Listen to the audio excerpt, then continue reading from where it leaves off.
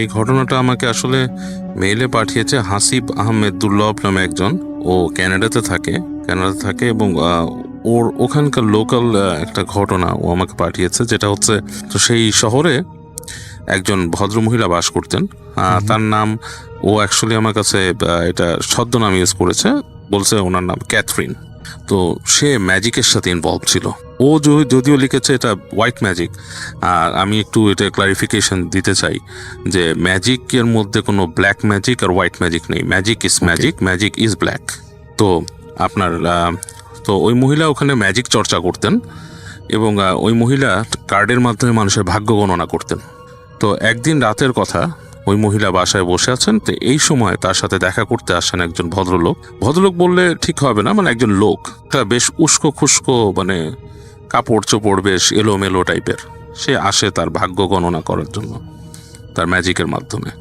এটা লোকটা আসার পর তিনি তাকে বসান রীতিমতো তার যেখানে তিনি এই চর্চাগুলো করেন সেখানে আর কি, যেখানে তিনি ক্লায়েন্টের দেখা করান আর কি সেখানে। তো বসার পর লোকটাকে তিনি জিজ্ঞেস করেন যে আপনি কি জানতে চান। লোকটা বলে যে আমি আমার লাক সম্বন্ধে বা আমার সম্বন্ধে আমি জানতে চাই। তো ভদ্রমহিলা বলেন যে ওকে। উনি ওনার কার্ড সেট বের করেন, যে কার্ড দিয়ে উনি সেটা গোনার পরে উনি কার্ডগুলোকে শাফল করে ভদ্রলোকের দিকে বাড়িয়ে দেন পিক করার জন্য কার্ড।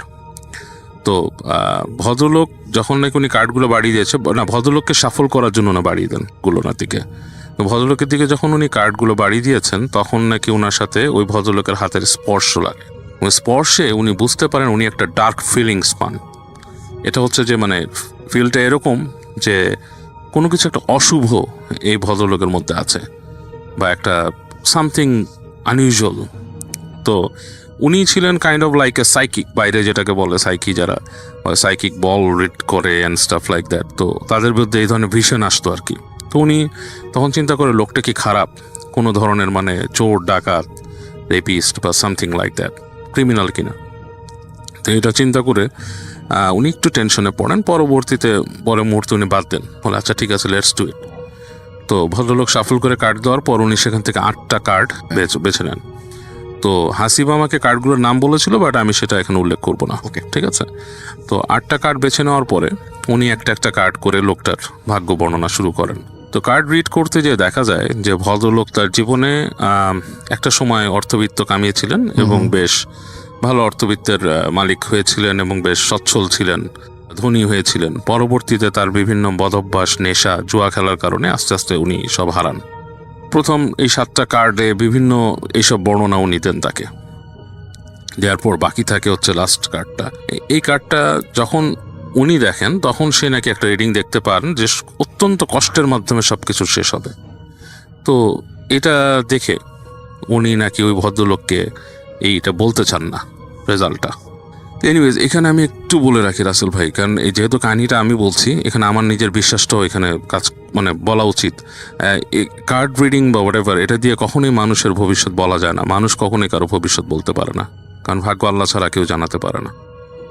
এনিওয়েজ, তো ওই ভদ্রমহিলা তাকে বলেন না কথাটা যে অত্যন্ত কষ্টের মাধ্যমে তার সব কিছু শেষ হবে।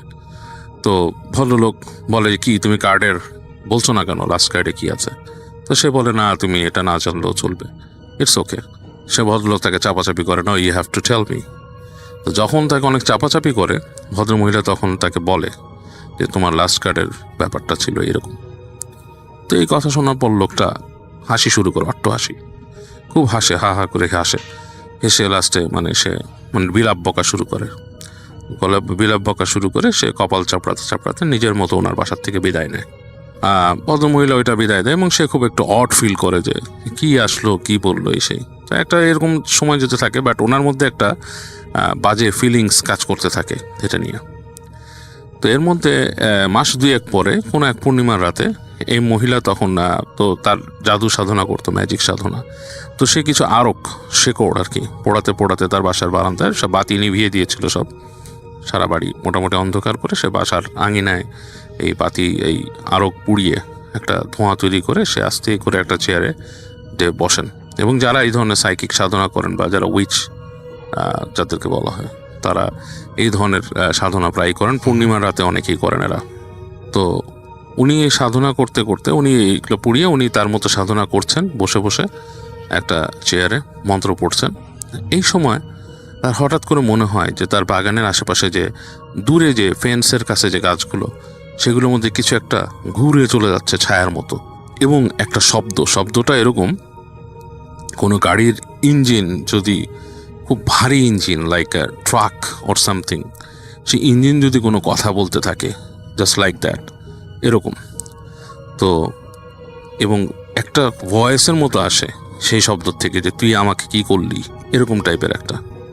তো শুনে সে একটু ভয় পেয়ে যায় এবং সে তখন তাড়াতাড়ি তার বাসার মধ্যে ঢুকে যে উনি ওনার হাজব্যান্ডকে বলেন যে এরকম এরকম ব্যাপার ঘটছে, এখানে মনে হচ্ছে কারা কি। তো হাজব্যান্ড সেটা করে, উনি হাজব্যান্ডের বাসায় শটগান ছিল, সে শটগান নিয়ে সে বের হয়। সে মনে করে কোনো ইন্ট্রুডার হয়তো বাসার বাইরে। আসার পর দেখে যে তার যে টেবিলটা ছিল, যে টেবিলের পাশে বসা ছিল, সে টেবিলটা ভাঙা, 2 টুকরা করা, কেউ নাই।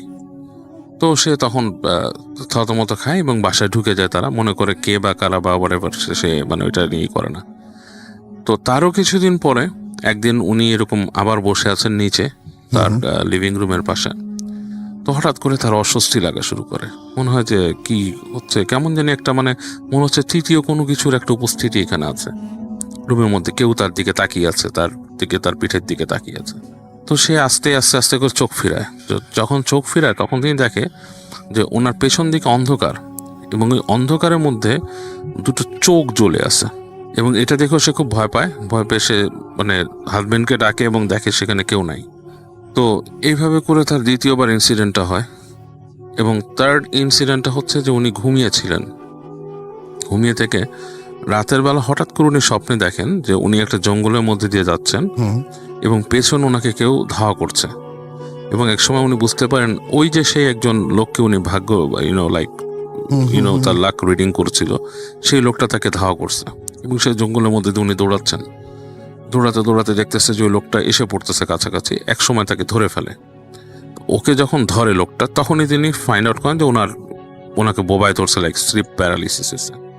এবং উনি অনেক চেষ্টা করেন, কথা বলতে পারতেছে না। এর মধ্যে ওনার চোখ খুলে যায়। চোখ খুলে উনি দেখে যে ওনার সামনে যে চেয়ারটা ছিল, এই যে চেয়ারটা বিছানা বেডরুমে, সেখানে সেই ভদ্রলোক বসা এবং সে রক্তাক্ত, তার চোখে মুখে রক্ত, তার যে বুকের কাছে কেমন একটা মানে রক্তের একটা দাগ, মানে বেশ মোটা একটা দাগ রক্তের।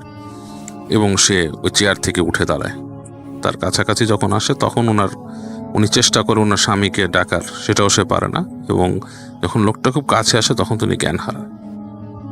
তো এই ইনসিডেন্টটা হওয়ার পরে উনি পরদিন যখন ঘুম ভাঙে, উনি তখন বুঝতে পারে ওনার জ্ঞান হারান, মানে ঘুমিয়ে পড়ে ঘুমের মধ্যেই। তো ওনার যখন ঘুম ভাঙে তখন সে বুঝতে পারে যেটা তো কিছু একটা আমার করা দরকার, আমি কি করব। তখন তার সে এক ফ্রেন্ড আছে যে নিজেও এরকম লাইক সাইকিক রিডিং করে, তার সাথে যোগাযোগ করে।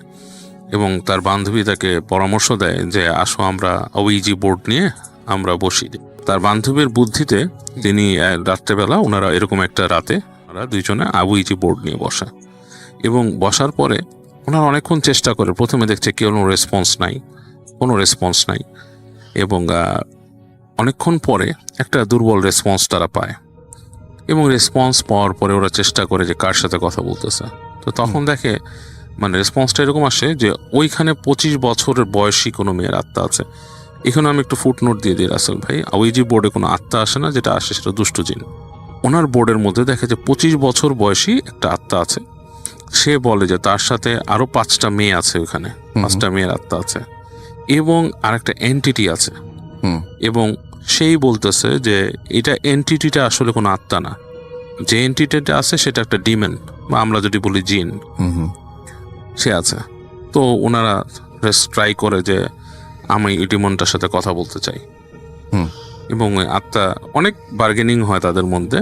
একটা পর্যায়ে তারা ওই ডিমনের সাথে তাকে কথা বলার জন্য একটা কানেক্টিভিটি তৈরি করে দেয়। তো ডিমনটার সাথে অনেক কথাবার্তার মাধ্যমে একসময় ডিমনটা তাদেরকে বলে, অ্যান্সার করে যে সে ওই বাসায় ওই ভদ্রলোকের মাধ্যমে এসছিল। এবং এসছিল যেই কারণে যে এই মহিলা যে সাইকিক বা ম্যাজিক চর্চা করতো, ব্ল্যাক ম্যাজিকটা চর্চা করতো, সেটা ওই জিনটার খুব পছন্দের ছিল। এবং সে প্রায় চাইতো যে ওই মহিলার সাথে কথা বলতে বা সামথিং।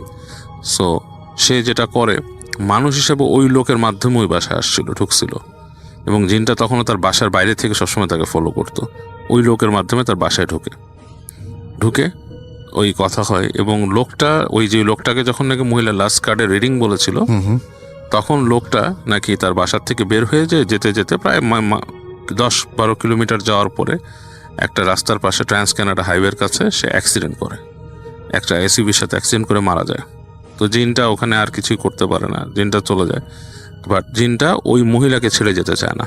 তো সে বলে জিনটাকে যে মানে তোমাকে তো ছেড়ে যেতে হবে আমাকে, কাজ this is not the way that তুমি আমার সাথে থাকতে পারবে, এরকম কিছু ব্যাপারে। তারপর জিনটার সাথে তারা একটা ইসে আসে, ডিলটা হচ্ছে এরকম যে ওখানকার যে ফরেস্ট আছে, ফরেস্টে যে সে 5টা ছাগলকে বলি দিবে এবং সেগুলোর মাথা গাছের সাথে ঝুলিয়ে রেখে আসবে, এবং এটার জন্য তাকে রিচুয়াল করতে হবে।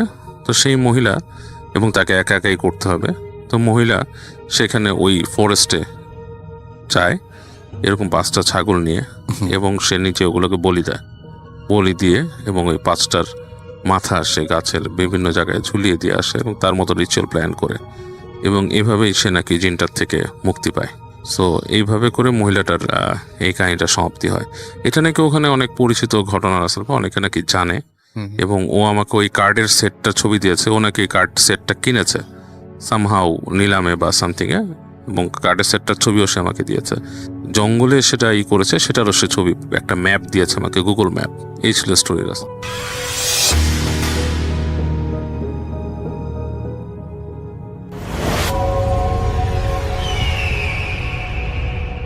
এখন যে ঘটনাটি আপনাদের সাথে শেয়ার করব, এই ঘটনাটি আমাদেরকে যিনি পাঠিয়েছেন ওনার নাম মোহাম্মদ সাজ্জাদ হোসেন হৃদয়। ওনার বাড়ি ময়মনসিংহ জেলার ত্রিশাল উপজেলার 4 নং কানিহারি ইউনিয়নের বিয়ার্তা গ্রামে। ওনার দাদা একজন নামকরা কবিরাজ এবং আলেম ছিলেন। ওনার দাদার সাথে নাকি 7 জন জিন থাকতেন। তাদের মধ্যে 3 জন খুব একটা বেশি ভালো বলা চলে না, কিন্তু 4 জন ভালো। এরা 6 ভাই 1 বোন, মোট 7 জন। ঘটনা 1, অর্থাৎ প্রথম ঘটনায় যাই। বেশ কয়েকটি ঘটনা পাঠিয়েছেন, তো প্রথম ঘটনাটি ঘটেছিল 1993 সালে। এই হৃদয় ভাইয়ের বাবা একজন সরকারি চাকরিজীবী ছিলেন। এই কারণে ওনার পরিবার হালুয়াঘাট উপজেলার মুন্সিরহাট নামক স্থানে সরকারি কোয়ার্টারে থাকতেন। তখনও কিন্তু হৃদয় ভাইয়ের জন্ম হয়নি। ওনার বড় 3 বোন ছিলেন তখন। ওনার মা নাকি খুব কান্নাকাটি করতেন একটা ছেলের জন্য। এভাবে হতাশাগ্রস্ত হয়ে উনি অসুস্থ হয়ে যান। এক পর্যায়ে হসপিটালে ভর্তি হন। মেডিকেল রিপোর্টে ওনার মায়ের হার্টের অসুখ ধরা পড়ে। অবস্থা আশঙ্কাজনক থাকায় ইমার্জেন্সিতে ভর্তি করানো হলে চিকিৎসক মৃত ঘোষণা করেন। আল্লাহর কি ইচ্ছা, 5 থেকে 10 মিনিট পর ওনার আম্মুর পালস পাওয়া যায়।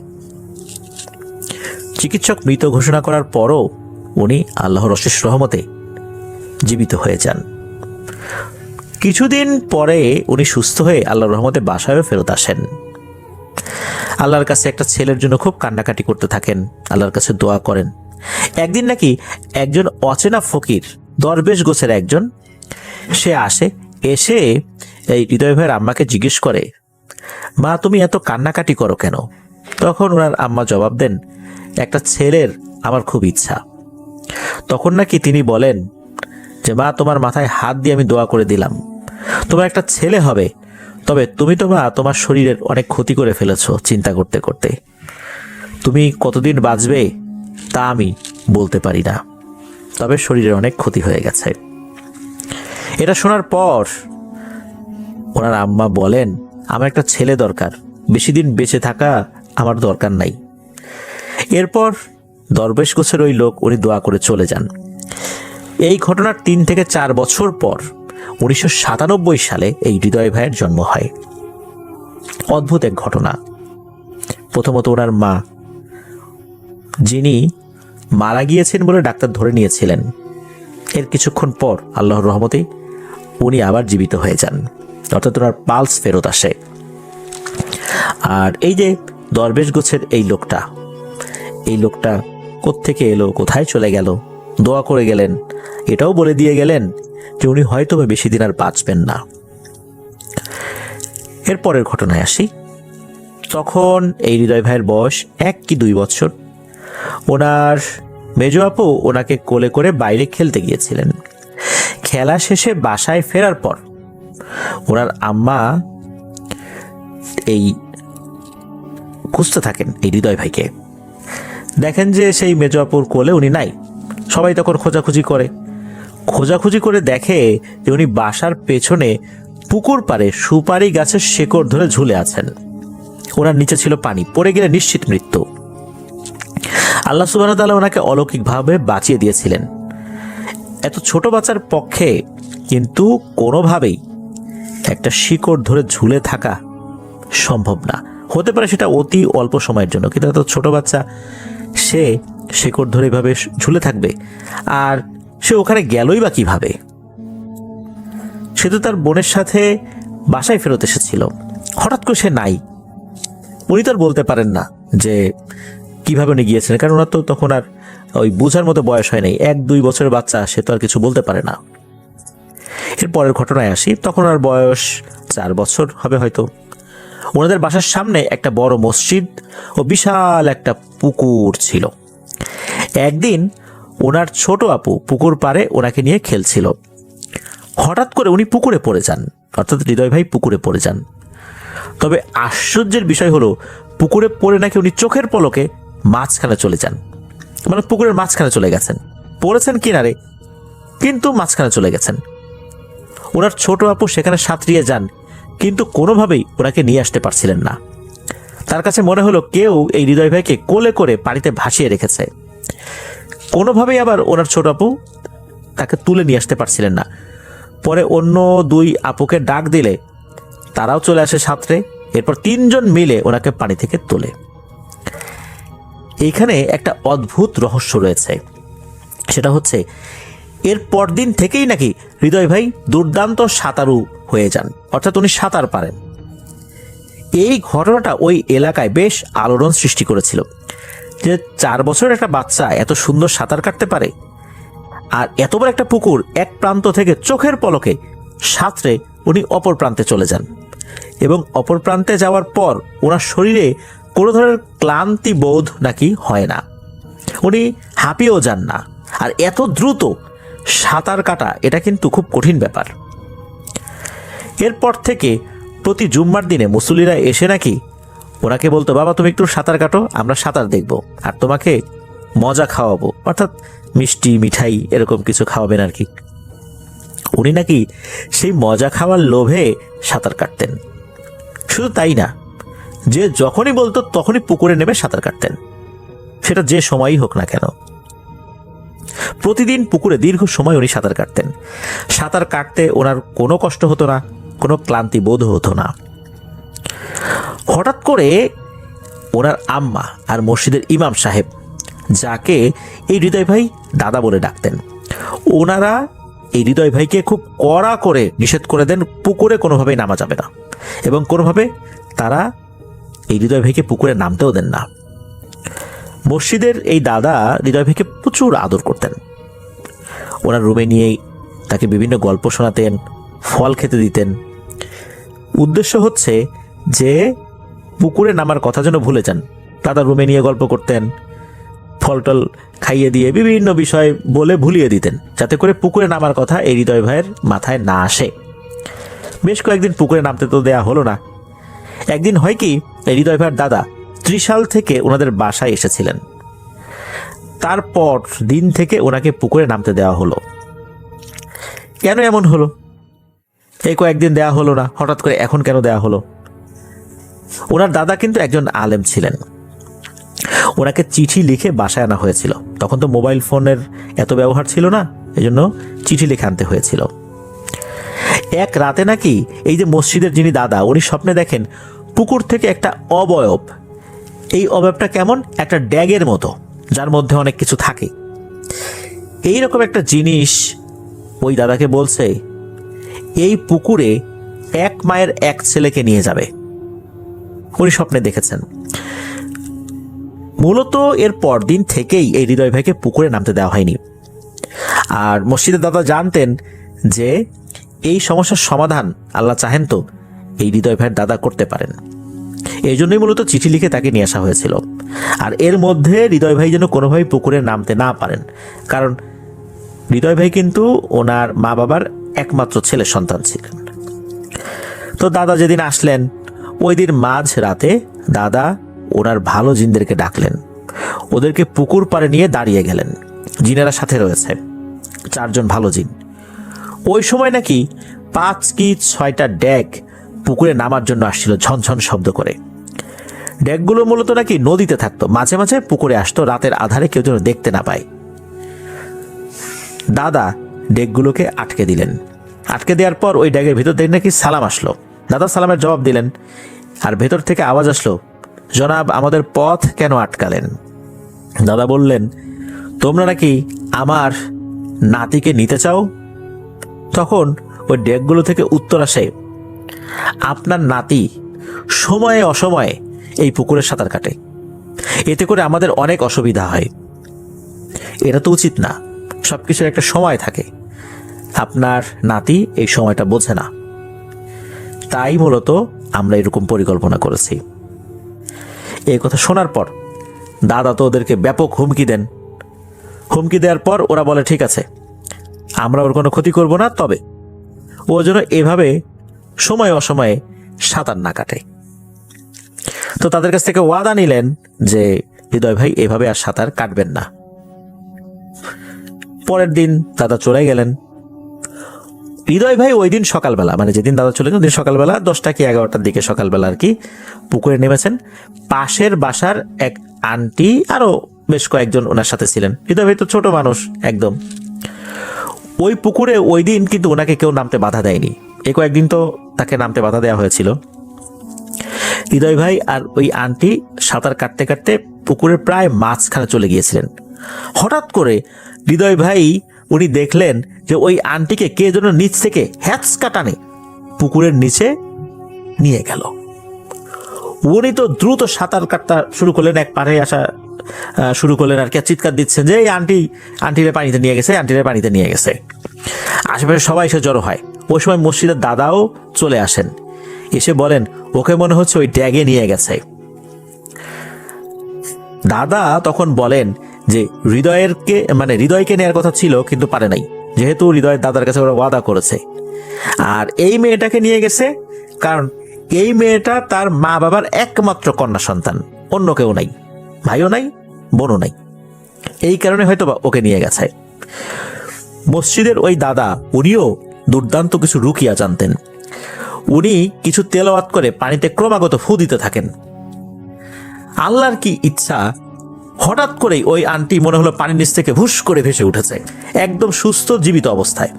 অথচ উনি ডুবে গেছেন প্রায় 15-20 মিনিট হয়ে গেছে, এর মধ্যেই সম্পূর্ণ সুস্থ অবস্থায় উনি ভেসে ওঠেন। তবে ওনার সাথে কি হয়েছিল উনি খুব যে ভালো করে বলতে পেরেছেন বিষয়টা এরকম না, কোনো কিছু একটা নিয়ে গিয়েছিল এতটুকু উনি মনে করতে পারেন। এরপরে আসলে ওনার কিছু মনে নাই, উনি সুস্থ শরীরেই ভেসে ওঠেন। আল্লাহর রহমতে ওনার কোনো ক্ষতি হয়নি, আলহামদুলিল্লাহ। 2002 সালে হৃদয় ভাইয়ের বাবা সরকারি চাকরি থেকে অবসর নেন। এরপর হৃদয় ভাইয়ের পরিবার সবাই মিলে ওনার দাদাবাড়ি ত্রিশালে চলে আসেন। ঘটনার মূল বিষয়টা শুরু মূলত 2009 সালের দিক থেকে।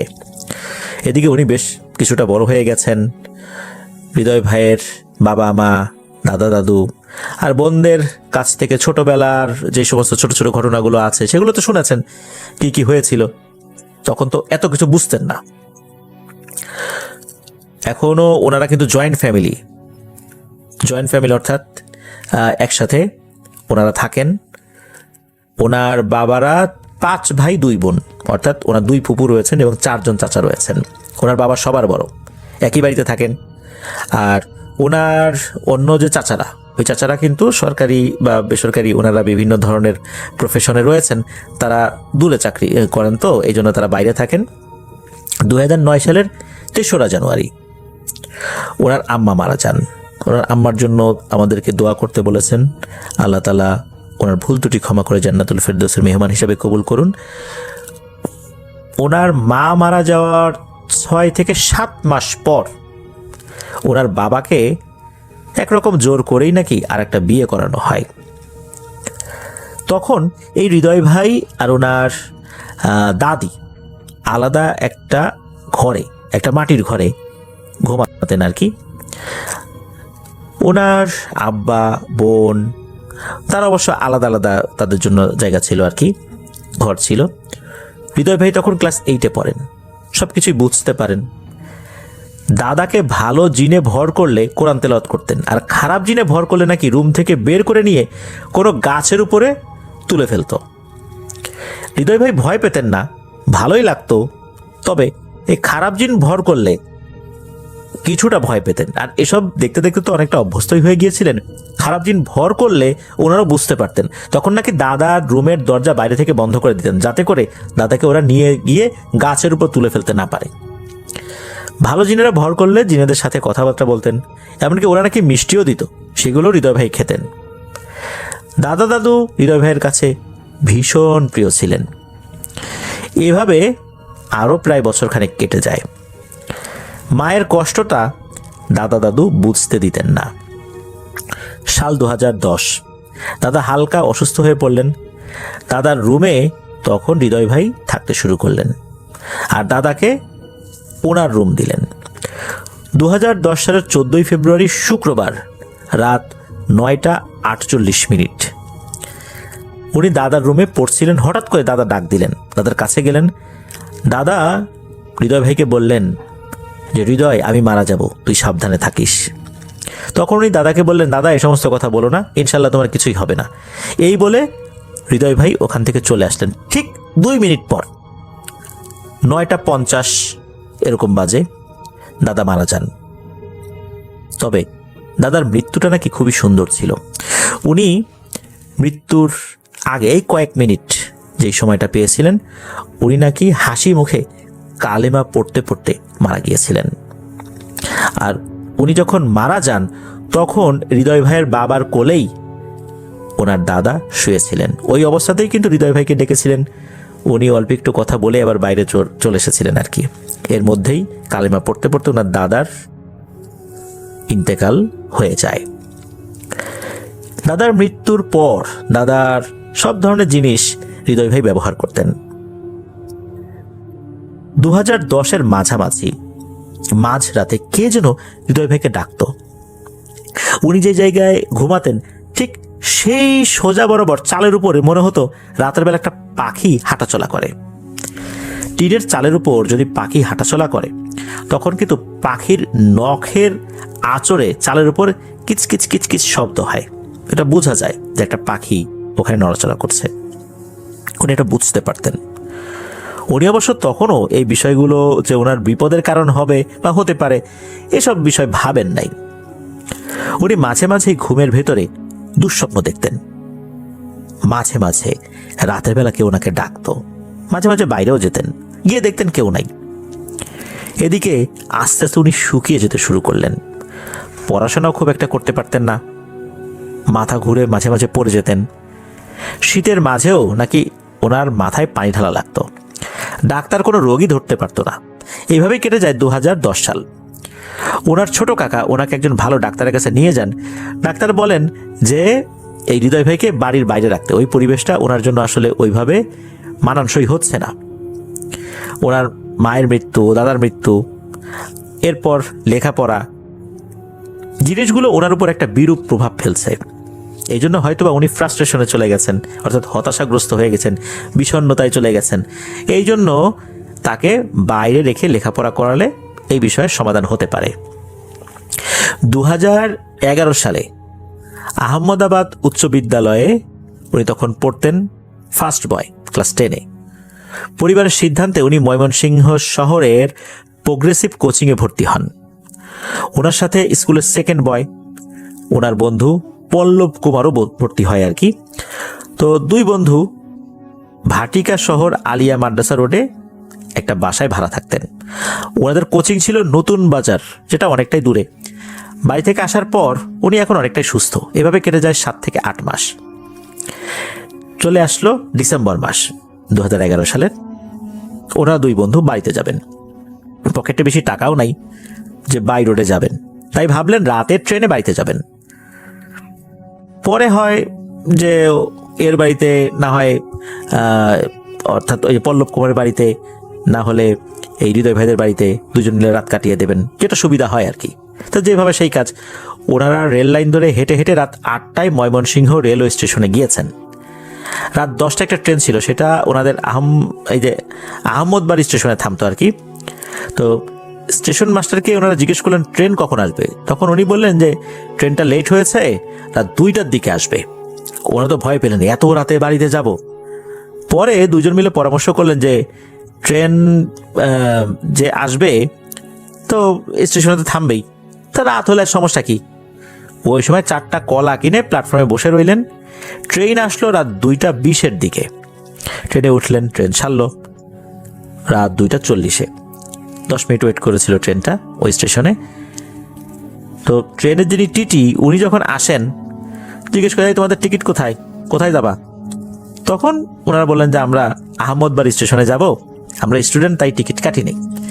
এ কথা শুনে ওই টিটি বললেন, আরে বাপুরে, এই ট্রেন তো আহমদবাড়ি স্টেশনে থামে না, হয় আগের স্টেশন না হয় পরের স্টেশনে তোমাদেরকে নামতে হবে। এই কথা শোনার পর এই দুইজনই তো মনে মনে ভয় পাচ্ছেন, দেখে তো শীতের রাত, তার উপর এখন নামবোটা কোথায়, আগের স্টেশন না পরের স্টেশন। তখন সিদ্ধান্ত নিলেন আগের স্টেশন ফাতেমানগরে ওনারা নামবেন। ওনাদের সাথে কিন্তু ঘড়ি মোবাইল কিছুই ছিল না। নামার আগে টিটির কাছ থেকে জেনে নিলেন এখন রাত কি, মানে রাত কত হয়েছে। তখন টিটি জানান রাত 3:10 বাজে। স্টেশনে নামলেন, চারদিক নিস্তব্ধতা, কোনো মানুষ তো দূরের কথা, কোনো কুকুর বিড়ালকেও দেখা যাচ্ছে না। ওখানে একটা বাজার রয়েছে, এটার নাম হচ্ছে কালীর বাজার। সেখান থেকে ওনাদের বাড়ি প্রায় 4 থেকে 5 কিলোমিটারের মতো পথ। এত পথ হাঁটতে হবে ভাবতেই গা ছমছম করে উঠছে।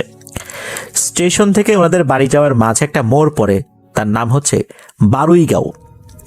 বারুইগাঁও পর্যন্ত রাস্তাটা এমন যে ডান পাশে রেল লাইন, মাঝে রাস্তা, বাম পাশে ব্রহ্মপুত্র নদ।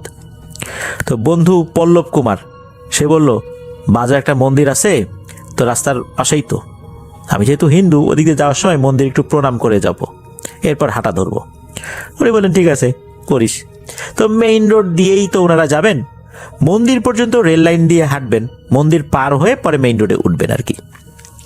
কারণ রেল লাইন দিয়ে পুরোটা পথ যাওয়া যাবে না, এই পথে বিভিন্ন ধরনের সমস্যা রয়েছে, ভয়ঙ্কর এবং বিপজ্জনকও বটে। রেল লাইন দিয়ে একটু হেঁটে মন্দির পার হয়ে ওনারা মেইন রোডে উঠলেন। তখন চারদিকে অন্ধকারে ছেয়ে গেছে, চারদিকে কুয়াশায় আচ্ছন্ন হয়ে গেছে, দূর দূরান্ত থেকে শেয়ালের ডাকও শোনা যাচ্ছে। দুই বন্ধু একে অপরের হাত ধরে হাঁটা শুরু করলেন। একটু এগোতেই মনে হলো রেল লাইনে কে যেন পাথর নিক্ষেপ করছে। কেউ যদি রেল লাইনের স্লিপার বা রেলের যে লাইনটা, মানে মেইন লোহা যেটা, এটার উপরে যদি কেউ পাথর নিক্ষেপ করে এক ধরনের শব্দ হয়, কিন্তু ওই রকম শব্দ হচ্ছে পেছন দিক থেকে। পেছন দিকে ঘুরে তাকানোর সাহস আর হলো না, ভয়ে ওনাদের শরীরটা জমে যাচ্ছিল। প্রচণ্ড ভয়ে একে অপরকে ধরে এই হৃদয় ভাই তো আল্লাহর নাম ডাকা শুরু করলেন, আর পল্লব কুমার সে তো তার ধর্মের মন্ত্রগুলো বলতে শুরু করলো। ওনারা তো হাঁটছেন ভয়ে ভয়ে। কিছুদূর যেতে ওনারা খেয়াল করলেন যে নদীতে, এই যে পাশে তো ব্রহ্মপুত্র নদী, মনে হচ্ছে কে যেন সাঁতার কাটছে। এদিকে আবার পেছনে হঠাৎ করে আবার ওই অনবরত ঢিল ছোড়ার শব্দ শুরু হয়ে গেল। এই ঠান্ডার মধ্যে নদীতে সাঁতার কাটে কে, আর রেল লাইনে ঢিল ছুটছে কে? পেছন দিকে তাকিয়ে কিন্তু দেখার সাহস হয় নাই, তবে নদীতে কেউ একজন সাঁতার কাটছে এইটা ওনারা দেখেছিলেন। ওনারা তো ওনাদের যে যার ধর্ম অনুসারে সৃষ্টিকর্তাকে ডাকছেন আর সামনে আগাচ্ছেন। এইভাবে কিছুক্ষণ হাঁটার পর দূর একটা লাইটের আলো ওনারা দেখতে পান। এটা দেখার পর শরীরের শক্তি যেন ওনারা একটু ফেরত পান, দৌড়ে ওই আলোর কাছে যান। আলোটা ছিল নদীর পাশে একটি বাড়ির বারান্দার লাইট। ওনাদের পায়ের শব্দ পেয়ে ঘরের ভেতর থেকে একজন বলা শুরু করলো, এই কে ওখানে রে? এই ডাক শুনে এই দুইজন ভাবলেন, যদি এই বাড়ির লোক চোর মনে করে আমাদেরকে, তাহলে তো আমাদের বিপদ, এখানে দাঁড়ানো যাবে না। এরপর ওনারা আবার ওখান থেকে দ্রুত হাঁটা শুরু করলেন। একটু সামনেই ছিল বারুইগাঁও মোড়। মোড়ে এসে দেখেন অনেকগুলো দোকান, তো দোকানের বাইরে তো লাইট চালানোই থাকে। ওনারা একটু স্বস্তির নিঃশ্বাস ফেললেন। শীতের রাতেও ওনারা ঘেমে একদম একাকার হয়ে গিয়েছিলেন। বন্ধু পল্লব কুমার সে দোকানের পাশে বসে। আর উনি তখন কি করলেন, পাশে একটা পুকুর ছিল, পুকুরে নেমে অজু করলেন। ওখানে একটা পাঞ্জেগানা মসজিদ ছিল, অর্থাৎ 5 ওয়াক্ত নামাজ সেখানে হতো, কিন্তু জুম্মার নামাজ হতো না, শুধু 5 ওয়াক্ত নামাজ পড়া হতো। তো চিন্তা করলেন যে ফজরের আজান তো দিয়ে দেবে, নামাজটা পড়ে তারপর রওনা দিই। এদিকে অনেকক্ষণ অপেক্ষা করলেন, কিন্তু আজান আর কেউ দেয় না। এদিকে ওনাদের হাতে ঘড়িও নাই, কয়টা বাজে বুঝতে পারছেন না। আজান দিতে এখন অনেক সময় বাকি, আর তখন তো শীতকাল, আর শীতকালে কিন্তু ফজরের আজানটা দেরিতেই হয়, গরমকালে তাড়াতাড়ি হয়ে যায়। হঠাৎ করে ওনারা খেয়াল করেন একটা দোকান থেকে কে যেন বের হলো। তখন এই দুইজন কাছে গেলেন। এই দুইজনকে দেখে ওই লোক ভূত মনে করে তাড়াতাড়ি দোকানের ঝাঁপিটা বন্ধ করে দিয়েছেন। মনে করছেন যে এই দুইটা কি রে, এটা মনে হয় ভূত। ওনারা বাড়ি থেকে বলছেন যে ও ভাই, আমরা চোর ডাকাত না, আমরা এই সামনের এলাকার ছেলে, পরিচয় দিলেন আর কি। তো উনি ভেতর থেকে বলতেছেন যে আচ্ছা বুঝছি, তোমাদের পরিচয় বুঝছি, এখন বাইরেই অপেক্ষা করো, সকাল হলে যাইও। এই পথটা কিন্তু ভালো না, এখানে অনেকেই ভয় পায়, এই জন্য আমি তোমাদেরকে দেখে ভয় পেয়ে দোকানের মধ্যে ঢুকে গেছি। তখন এই দুইজন বললেন যে ও কাকা, আজান তো দিয়েই দেবে, তো আমরা সামনের দিকে আগাতে থাকি, আপনার দোকানে যদি একটা ম্যাচ থাকে তাহলে আমাদেরকে একটা ম্যাচ দেন। আমরা ধূমপান করি না, কিন্তু আগুনটা সাথে রাখা ভালো, যদি সামনে বিপদে টিপদে পড়ি, এই জন্য। তো তখন ওই লোকটা একটা ম্যাচ দেয় তাদেরকে। ম্যাচ নিয়ে কিছু দূর যাওয়ার পর একটা জায়গার নাম পড়ে, সেই জায়গাটার নাম হচ্ছে জিলকি গোদারাঘাট। ওখানে আসতে হঠাৎ এমন একটা দৃশ্য ওনারা দেখেন যেটা ওনারা কল্পনাতেও আনতে পারেননি। ওনারা দেখেন একজন সাদা কাপড় পরা মহিলা গোদারাঘাট থেকে এসে ডিরেক্ট ওনাদের রাস্তার সামনে এসে দাঁড়ালো। ভয়ঙ্কর তার চেহারা, কি বিদঘুটে হাসি, যে কথা মনে হলে এখনো ভয়ে ওনাদের শরীরের লোম দাঁড়িয়ে যায়। এই মহিলা ওনাদের থেকে 10 থেকে 15 ফিট দূরে ছিল। এই মহিলা হাসছে, কিন্তু হাসির কোনো শব্দ হচ্ছে না, বিদঘুটে হাসি দিচ্ছে। এই দৃশ্য দেখে এই দুই বন্ধু যে যার মতো দোয়া কালাম পড়া শুরু করেছে। হৃদয় ভাই তো উনি দোয়া কালাম পড়ছেন, আর তার বন্ধু মন্ত্র পড়া শুরু করেছে। উনি পকেট থেকে ম্যাচটা বের করে ম্যাচের কাঠিতে ঘষা দিয়ে আগুন জ্বালিয়েছেন, হাতে ধরে রেখেছে। এখন ম্যাচের কাঠি তো বেশিক্ষণ ধরে রাখা যায় না, কয়েক সেকেন্ডের মধ্যেই তো এটার আগুন নিভে যায়, ক্ষয় হয়ে যায় এটার কাঠ, আর একটা ধরনের লাগে। তো উনি বারবার এই কাজ করছেন, তবে ভাবছেন এভাবে আর কতক্ষণ, এই রাতটা মনে হয় আর শেষ হবে না। তবুও বেঁচে থাকার আশায় ম্যাচে আগুন ধরিয়েই যাচ্ছেন, সমানে চেষ্টা করছেন এগিয়ে যাওয়ার জন্য। এদিকে ওনারাও আগান, ওই মহিলাটাও সামনের দিকে আগায়। 10 থেকে 15 ফুট দূরত্ব, কিন্তু এই দূরত্ব কমছেও না বাড়ছেও না, এভাবে কিন্তু আগাচ্ছেন। আর এখানে সবচেয়ে ভয়ঙ্কর যে ব্যাপারটা সেটা হচ্ছে ওনারা দুজনে দেখতে পাচ্ছেন এই মহিলাটা একদম ছোট হয়ে যাচ্ছে, একটা ছোট পুতুলের আকৃতি ধারণ করছে, আবার অনেক লম্বা হয়ে যাচ্ছে, আবার স্বাভাবিক আকৃতি হচ্ছে, আবার একদম ছোট হয়ে যাচ্ছে, আবার স্বাভাবিক আকৃতি, আবার লম্বা, এরকম ধাপে ধাপে একবার লম্বা হয়, মাঝারি হয়, ছোট হয়, আবার ছোট থেকে মাঝারি হয়, আবার লম্বা হয়, এভাবে হচ্ছে। এই মহিলাটা কি করে, একবার মনে হচ্ছে 2 পা পেছায়, আবার 3 পা সামনে আগায়, 2 পা পেছায়, আবার 3 পা সামনে আগায়, এরকম করছে, কিন্তু দূরত্ব কমছে না। মাঝে মাঝে মনে হচ্ছে যে এই মহিলার মাথাটা একবার বড় হয়, ছোট হয়, মানে এক এক সময় এক এক ধরনের সমস্যা। ওই মহিলাটা শুরুতে কিন্তু যখন তার চেহারাটা দেখিয়েছিল, তখন দেখা গিয়েছিল এই মহিলাটার চেহারায় একদম এমন একটা ভাব, মনে হচ্ছে এর শরীরে কোনো রক্তই নাই। শরীরে রক্ত না থাকলে যেভাবে একদম স্কিনটা সাদা সাদা হয়ে যায়, ওই রকম ছিল। কিন্তু মনে হচ্ছে শরীরে রক্ত না থাকলেও শরীরের সমস্ত রক্ত জমা হয়েছে তার চোখ দুটিতে। চোখ দুটো ছিল ভয়ঙ্কর রকমের রক্তাক্ত, লাল টকটকে। পরে তো মহিলা ওই যে হাঁটা শুরু করেছে, তখন আর চেহারা বোঝা যাচ্ছে না, তবে মহিলা তাদেরকে ছাড়বে না এতটুকু বোঝা যাচ্ছে। এদিকে ম্যাচের কাঠি আর কয়টাই থাকে, বুঝতে পারলেন ম্যাচের কাঠিও এখন শেষ দিকে চলে এসেছে। এবার হয় কি, ওই মহিলাটা হঠাৎ করে একটা সাইডে চলে যায়, রাস্তা থেকে একটা সাইডে যখন চলে যায়, তখন ওনারা দুইজন আবার দ্রুত এক দৌড় দিয়ে ওই মহিলাটাকে ক্রস করে আরো এগিয়ে যান। ওনারা কিন্তু এতক্ষণ ওই মহিলাটাকে কোনোভাবে ক্রস করতে পারছিলেন না। ক্রস করার পর সাহস করে ওনারা দুজন পিছন দিকে তাকিয়েছেন। আল্লাহর রহমতে তখন দেখেন ওই মহিলাটা আর পেছনে নেই। এদিকে যখন দেখেছেন যে এই মহিলাটা নাই, তখন সামনের দিকে দিয়েছেন দৌড়। কোন দিকে দৌড় দিয়েছেন এটা বুঝতে পারছেন না, তবে একটু দৌড় দিয়েই ওনারা বুঝতে পারলেন পাশে একটা জায়গা থেকে আজানের ধ্বনি ভেসে এসেছে, কারণ ওই পাশেই একটা মসজিদ ছিল, মাত্রই ফজরের আজান দিয়েছে। এরপর ওখানে ওনারা বসেন, ফজরের আজান হলো, নামাজ হলো, যখন একটু সকাল হলো এরপর ওনারা বাড়িতে চলে যান। বাড়িতে যাওয়ার পর অবশ্য কাউকে কিছু বলেন নাই। দুপুরের দিকে ওনার দাদি হৃদয় ভাইকে ডাকলেন, তো চেহারা দেখেই বুঝেছেন যে রাতে ভয় টয় পেয়েছেন আর কি। যখন দাদিকে সব কথা বললেন তখন দাদু বড়ই পাতা, গরম পানি এগুলো দিয়ে ওনাকে গোসল করে দিয়েছিলেন। ওনার সাথে প্যারানর্মাল ঘটনার যে শুরুটা হলো এখনও চলমান রয়েছে। অনেক ধরনের সমস্যা উনি ফেস করছেন, অনেক হুজুর কবিরাজ দেখানো হয়েছে, কোনো লাভ হয়নি। এখনও সমস্যা চলছেই, এক এক সময় এক এক ধরনের সমস্যা এসে ওনার সামনে হাজির হয়।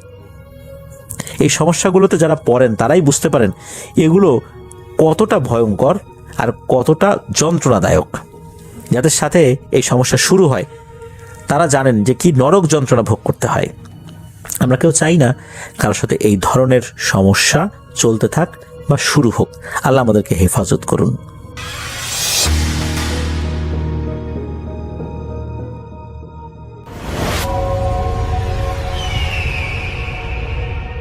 সকাল থেকে আজ বৃষ্টি হচ্ছে, কদিন ধরে সকাল বিকেল উটকো বৃষ্টি। শহরের বড় রাস্তা, অলিতে গলিতে জল জমে একসা ছাইরঙ্গা। দিনটা সূর্যের মুখ দেখেনি। স্কুল ছুটি। এমন দিনে জানালার গদিমোড়া খোপটাতে ভূতের গল্পের বই নিয়ে বসতে হয়, সঙ্গে এক কাপ চা, হট চকলেট, কফি। উর্মি এইসবে 1 বছর হলো কফি ধরেছে। কাপের মধ্যে এক টুকরো চকলেট দিয়ে দিলে ব্যাপারটা আরও জমে যায়। খাটে ল্যাপটপে একটা হালকা মিউজিক চলবে, চটপট ব্যাগ গোছাতে গোছাতে উর্মি ম্লান হাসে। এগুলো তার কাছে সুখ স্বপ্ন মাত্র। বর্ষার দুপুরে গল্পের বই আর গরম চকলেটের শান্তি অন্যদের জন্য তোলা থাকে, অন্য বাড়ির ছেলে মেয়েদের জন্য, যাদের বাবা মা দিনরাত কুকুর বিড়ালের মতো ঝগড়া করে না, ঝগড়া করে স্বার্থপরের মতো আলাদা হয়ে যায় না। তারা সব অন্য লোক, তাদের জীবন অন্যের থেকে অনেক অনেকটা আলাদা। না, কফির কথা ভাবলে চলবে না। উর্মি এখন পালাচ্ছে। এই বাড়ি, এই মভ রঙের দেয়ালে তার নিজের হাতে প্রজাপতি আঁকা ঘর, সকালে উঠেই তার সঙ্গে ঝগড়া করা মা, সবাইকে ফেলে উর্মি পালাচ্ছে। বেশি কিছু নেয়ার নেই। কমলা ব্যাকপ্যাক আর হালকা বেগুনের ট্রলি ব্যাগটায় তার 15 বছরের জীবনের গোটাটাই দিব্যে এঁটে যায়। আর রইল তার মাথা ভরা ফেলে যাওয়া জীবনের এক গোছা স্মৃতি। ঘুমন্ত মায়ের ঘরের ভেজান দরজার পাশ দিয়ে সিঁড়ি বেয়ে নামতে নামতে উর্মি সেই মাথা নাড়ায়। না, ওগুলো সম্পত্তি নয়, বোঝা। বাবা মা তার এইটুকু জীবনের আনাচে কানাচে সযত্নে নিজেদের ভাঙা সম্পর্কের বিষয়গুলো ভরে দিয়েছে বারবার। পারলে সে এগুলোকে ফেলেই যেত। দুপুর গড়িয়ে বিকেল হতে চলেছে। ছুটির দিন হলেও রাস্তায় লোকজন নেই বললেই চলে। প্রায় সন্ধ্যের মতো অন্ধকার হয়ে আছে। টিপটিপ বৃষ্টি পড়ছিল। উর্মি ভাবার চেষ্টা করলো বৃষ্টিটা একটু ধরে এলে বেরোলে ভালো হতো কিনা। না, আর দেরি করে কি হবে। এমনিতেও সে কোথাও যাবে জানে না, ভাবেনি। প্রথমে একটু ছন্নছাড়া ভাবে শহরের অলিগলিতে ঘুরবে ফিরবে, তারপর আর ফিরবে না। মায়ের বাড়িতে বা বাবার বাড়িতে কোথাও তার ফেরার জায়গা নেই। হয়তো প্রথমে রেল স্টেশনে যাবে, যা হোক একটা টিকিট কেটে যে কোনো ট্রেনে উঠে বসবে। দেখা যাক, আজকে তো উর্মি হারিয়ে যাবে বলে বেরিয়েছে। এতক্ষণে সে বেশ খানিকটা ভিজে গেছে। ধূস রেইনকোটটা ট্রলি ব্যাগের তলার দিকে। কেন যে বর্ষায় ওটা পরে বেরোয়নি, আসলে তেমন কিছুই ভেবে করা হয়নি। মায়ের বকাঝকা শোনার পর থেকেই উর্মির মাথাটা স্রেফ ভেসুভিয়াসের মতো গরম হয়ে আছে। আর মাথা গরম হলে উর্মির জ্ঞান থাকে না। সরু রাস্তাটা জল জমে পেঁচপেঁচে হয়ে আছে। আবার জোরে বৃষ্টি নামবে মনে হয়। খ্যাস, একটা রিক্সা সামনে এসে দাঁড়িয়েছে। এমন দিনে রাস্তাঘাটে রিক্সা চড়ার লোক বড় একটা নেই। রিক্সার ওপরে নীল প্লাস্টিকের ছাউনি দেয়া, ভেতরে সিট তেমন ভেজেনি। এখানে দাঁড়িয়ে দাঁড়িয়ে ভেজার থেকে তো ভালো। উর্মি একবার পেছনের দিকে তাকালো। লাল রঙের দরজাটা স্পষ্ট জানান দিচ্ছে এটাকে ঠেলে সুমি আর কোনোদিনই বাড়িতে ঢুকবে না। না, ফেরা সম্ভব নয়। চোখে উপচে আসা জলটুকু ঠেলে ভেতরে পাঠিয়ে উর্মি চোয়াল শক্ত করে রিক্সার দিকে তাকালো। বুড়ো রিক্সাওয়ালা হাঁফাচ্ছে, গলার গামছাটা দিয়ে কপাল মুছছে। গরম কিন্তু নেই, শিরশিরে জলো হাওয়ার ঝাপটা এসে পড়ছিল।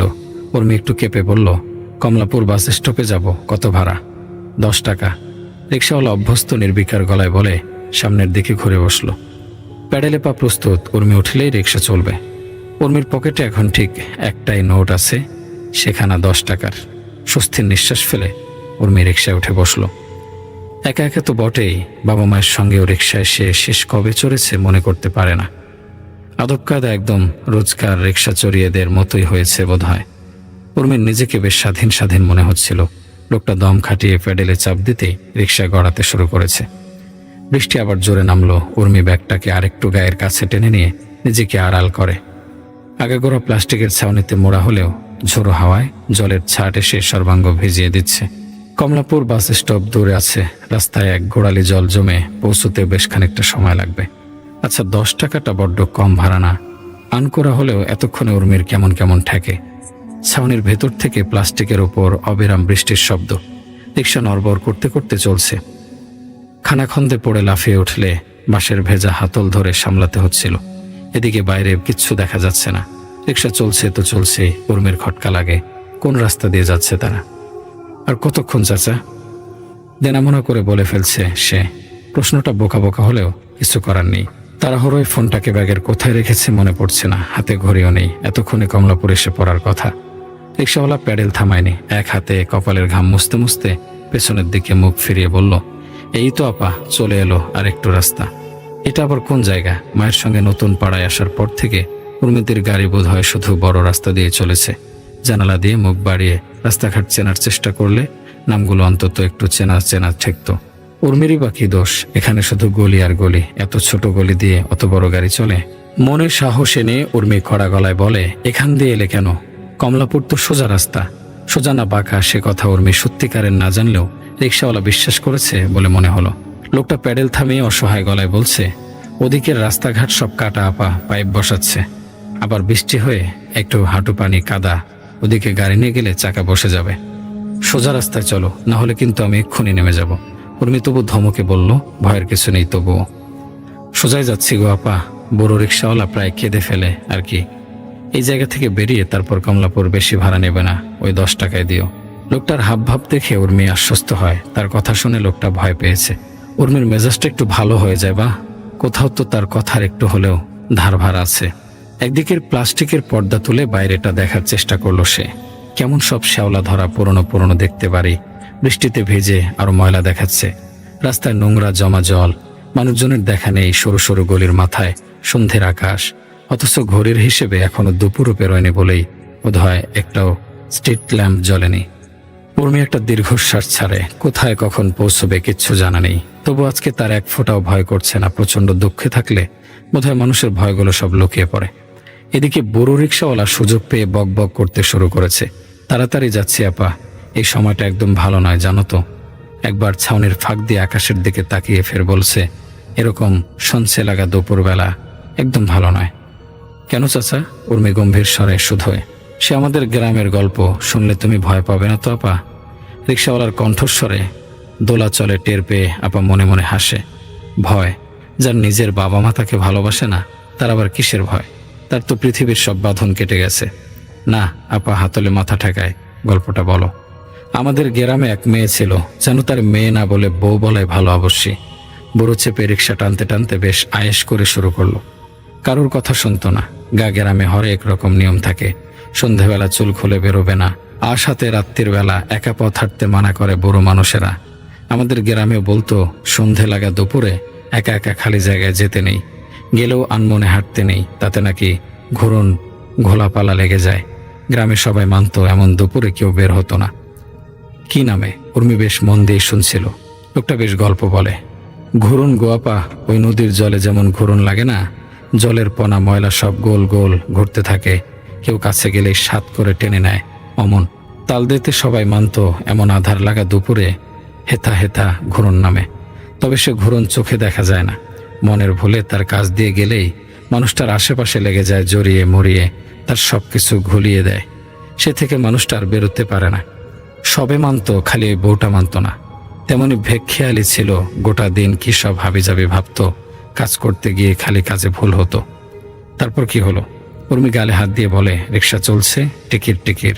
একদিন গোসল সারতেই ভুলে গেল। সেও এমন এক ঘোর নামা দুপুরবেলা ছিল। সকাল থেকেই টিপ টিপ করে বৃষ্টি হয়ে জলকাদা থই থই। দিনে দুপুরে যেন সাজ নেমেছে। গোটা গ্রামে বলা বলি, গোসল খাওয়া শেষ করে ঘরে দৌড় আটকিয়ে সে বউ বেলা পেরিয়ে পুকুরে নাইতে গেল। রিক্সাওয়ালা হা করে দম নেয়। নতুন বউ, নাম মালা। লোকে বলতো সে বউয়ের নাকি এ বিয়েতে মন ছিল না। বাপ ধরে বেঁধে পার করেছে। বউ এসে থেকেই রাত দিন আপন খেয়ালে ঘুরত, ফিরত, কাউকে মানত না। তো বুড়ো বেশ লাকসই দম নিয়ে আবার শুরু করলো। বউ তো গোসলে গেল, পুকুর ঘাট তখন শুনশান, একটা কাকপক্ষী বার নেই। ঝেপে বৃষ্টি নামলো, বউ আর নিয়ে আসে না। শনের বাড়ির লোক ওইদিকে ঘরে বসে হানটান করছে। এমন সময় বাবা গো, সে কি চিক্কুর! গোটা গ্রামে সে আওয়াজ শোনা গেছিল, যেন একটা মেয়ের গলা তালগোল পাকিয়ে কেমন দলা মরে যাচ্ছে। প্রথম দিকে গলাটা মালার মতোই শোনাচ্ছিল, তারপর চিক্করটা ট্রেনে কেমন মধ্যমার্কা হয়ে আরো খানিক ভারী হয়ে গেল।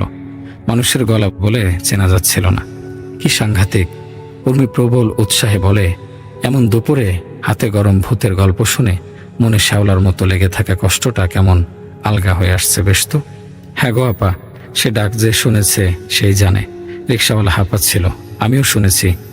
কলজেটা মনে হচ্ছিল কে মুঠো করে চেপে ধরেছে। শরীরের রক্ত জমে যাচ্ছিল ওই ডাকে। কেউ দৌড় খুলল না, বউটারে খুঁজতে বেরোলো না। বৃষ্টি ধরে এলে বউ ফিরে এলো ভিজে চপ্পর। বাড়ির উঠোনে পা দিয়েই হুমড়ি খেয়ে পড়ে গেল উদম জ্বর। শুনে একজন মা হাঁক ডাক করে লোকজন জড়ো করে ফেললে সবে নিদেন দিল। কবিরাজ ডেকে ঝাড়ফুঁক করে তাপ্পর ঘরে তোল। 3 গাঁও যেয়ে মনু কবিরাজকে আনা হলো। সে দেখে শুনে বললে, এসব ভূত প্রেতের কারবার নয়, বউয়ের ঘুরনে পেয়েছে, তার গায়ে লেগে এই বাড়িতে এসে ঢুকেছে। গ্রামের চাপে সর্ষে পোড়া মন্তর তন্তর করলে বটে, কিন্তু কবিরাজ স্পষ্ট বলে দিল এ তার কাজ নয়, কিচ্ছুটি করার নেই। বউটার কি হলো? কি আবার হবে?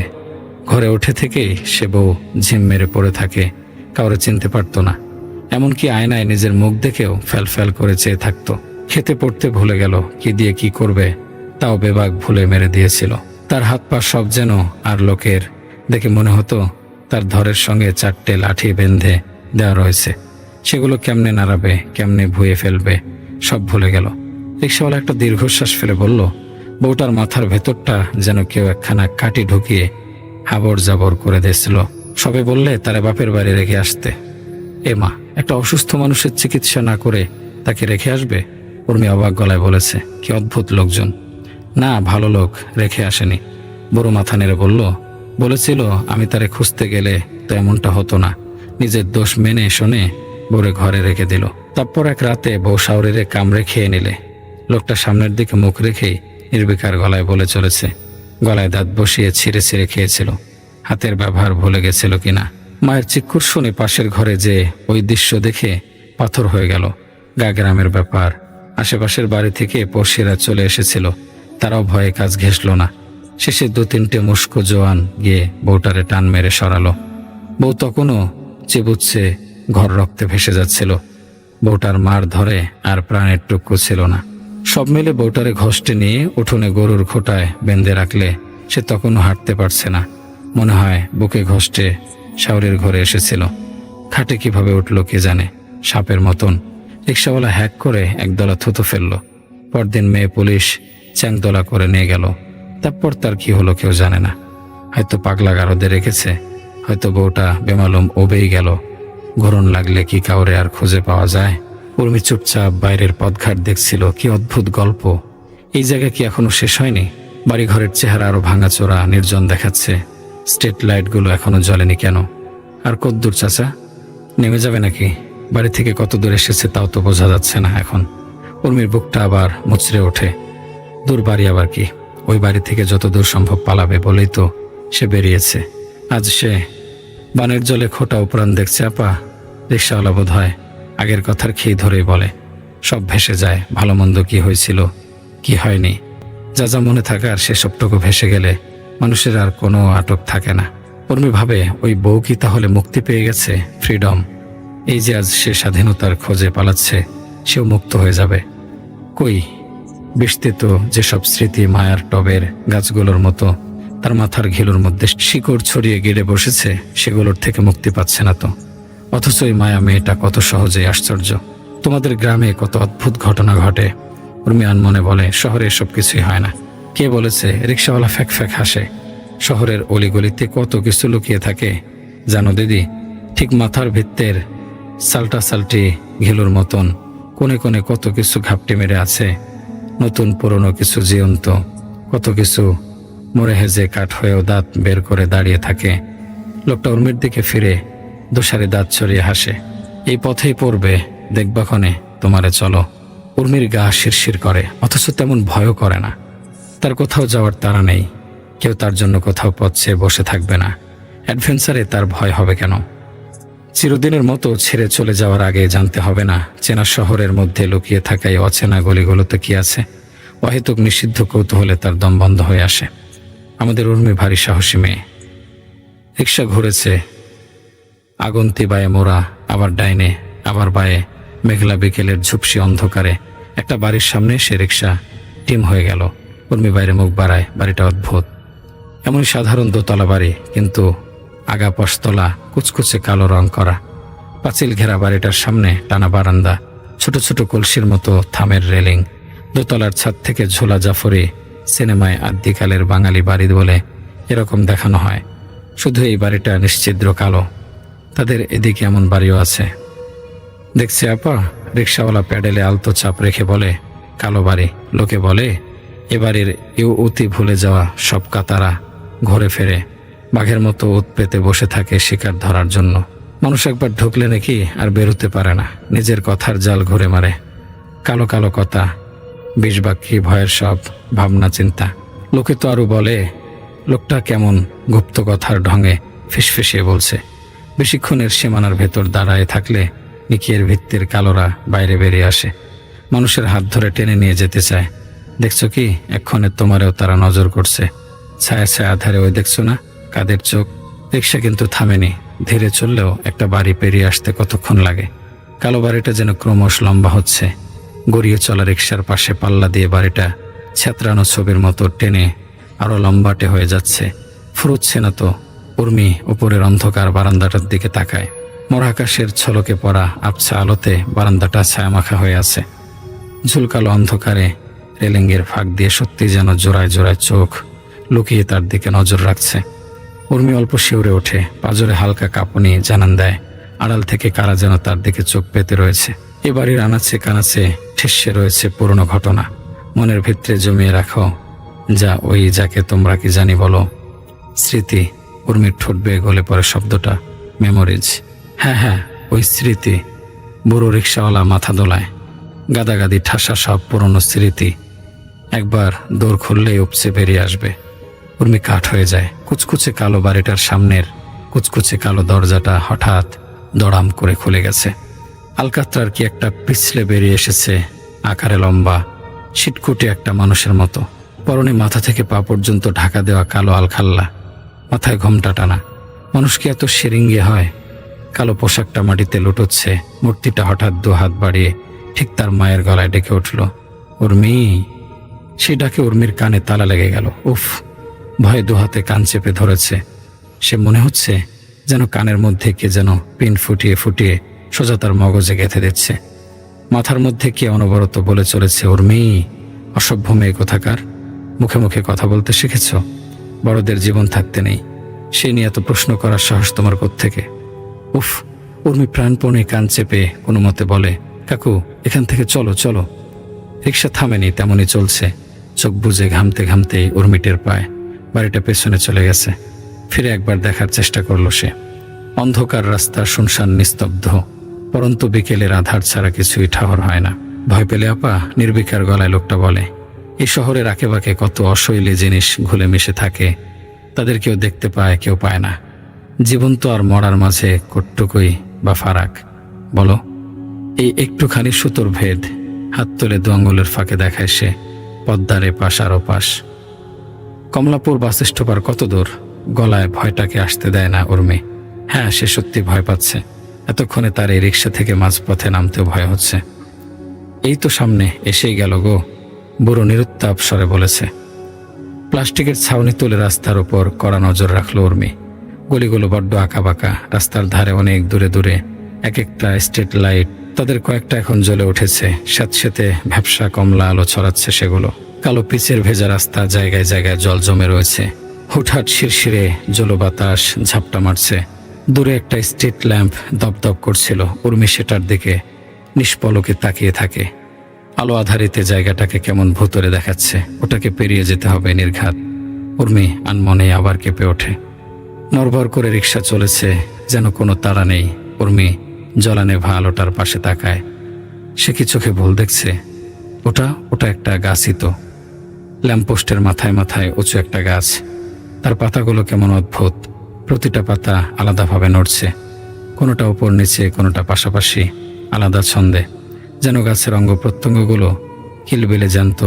ওগুলো পাতা নাকি জীবগ? আপা, নির্বিকার রিক্সাওয়ালা বলে, চলো তোমার এক্কেরে কাছ থেকে দেখাই।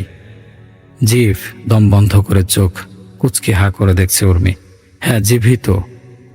ঝাপড়া গাছের প্রতিটা পাতা এক একটা লকলকে জিভ, খলবল করে নড়ছে সেগুলো। দেখে প্রবল বিতৃষ্ণায় গা গুলিয়ে উঠল উর্মির। রিক্সা হেলে দুলে আরো কাছে যাচ্ছে, গাছটা এগিয়ে আসছে, কাছে, আরো কাছে। আতঙ্কে রিক্সার হাতল খামছে ধরে হাত দুটো রক্তশূন্য হয়ে গেছে, টেরও পায় না সে।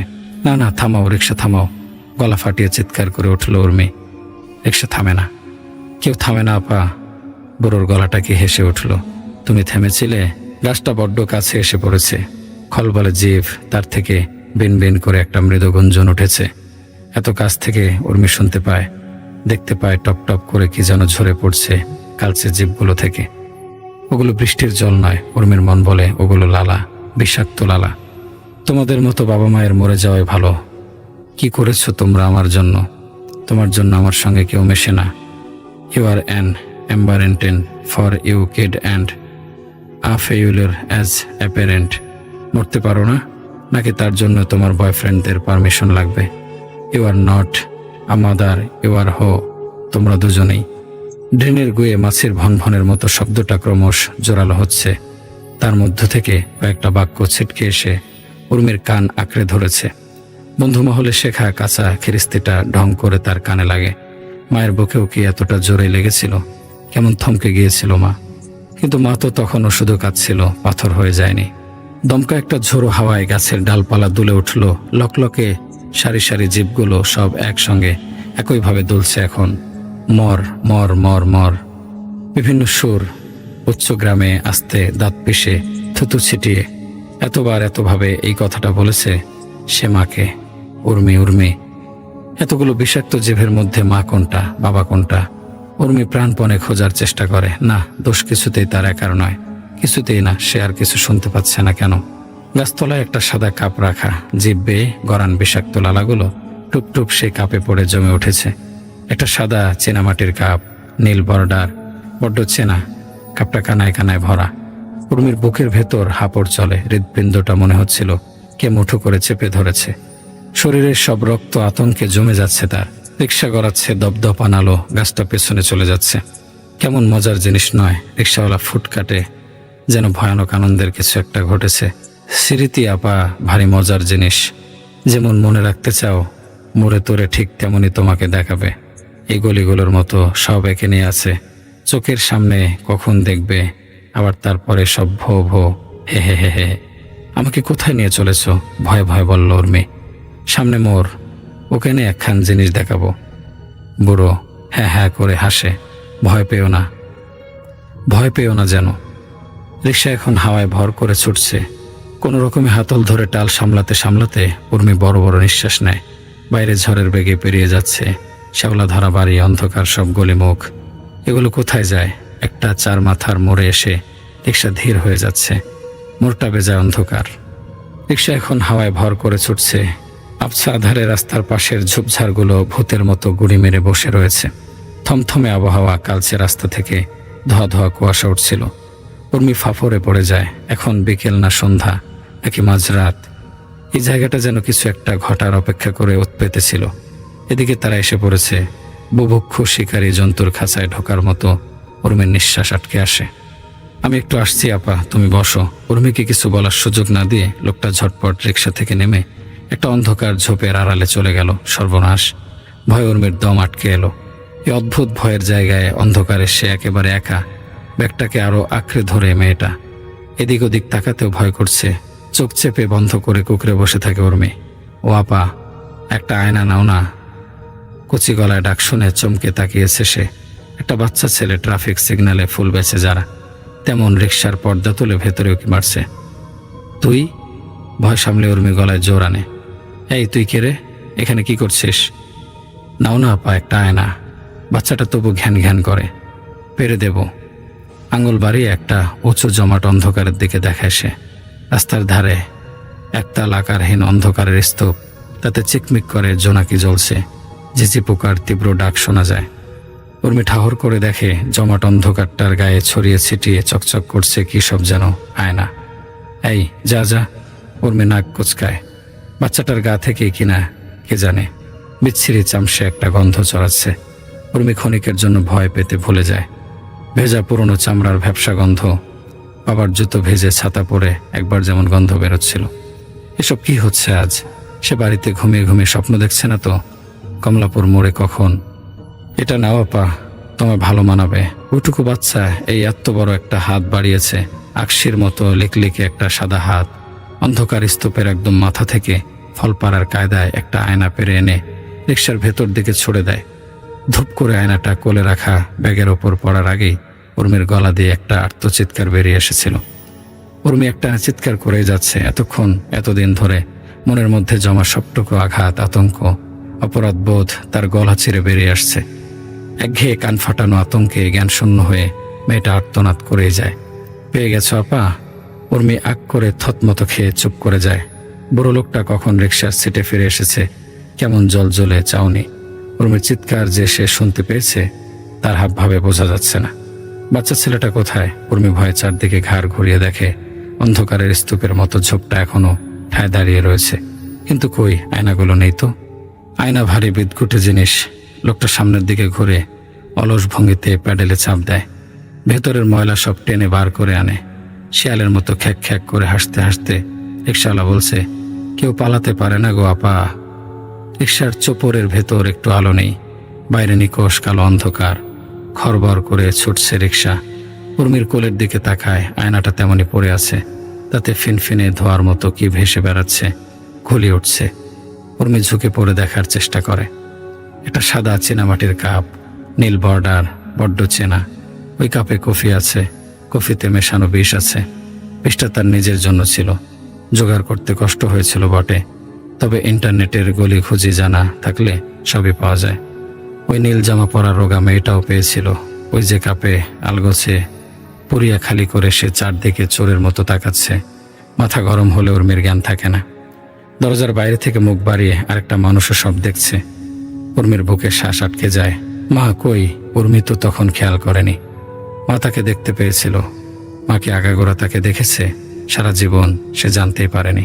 উর্মির কান ঝাঝা করছে, গলায় একদলা কষ্ট ঠেলে উঠতে চাইছিল।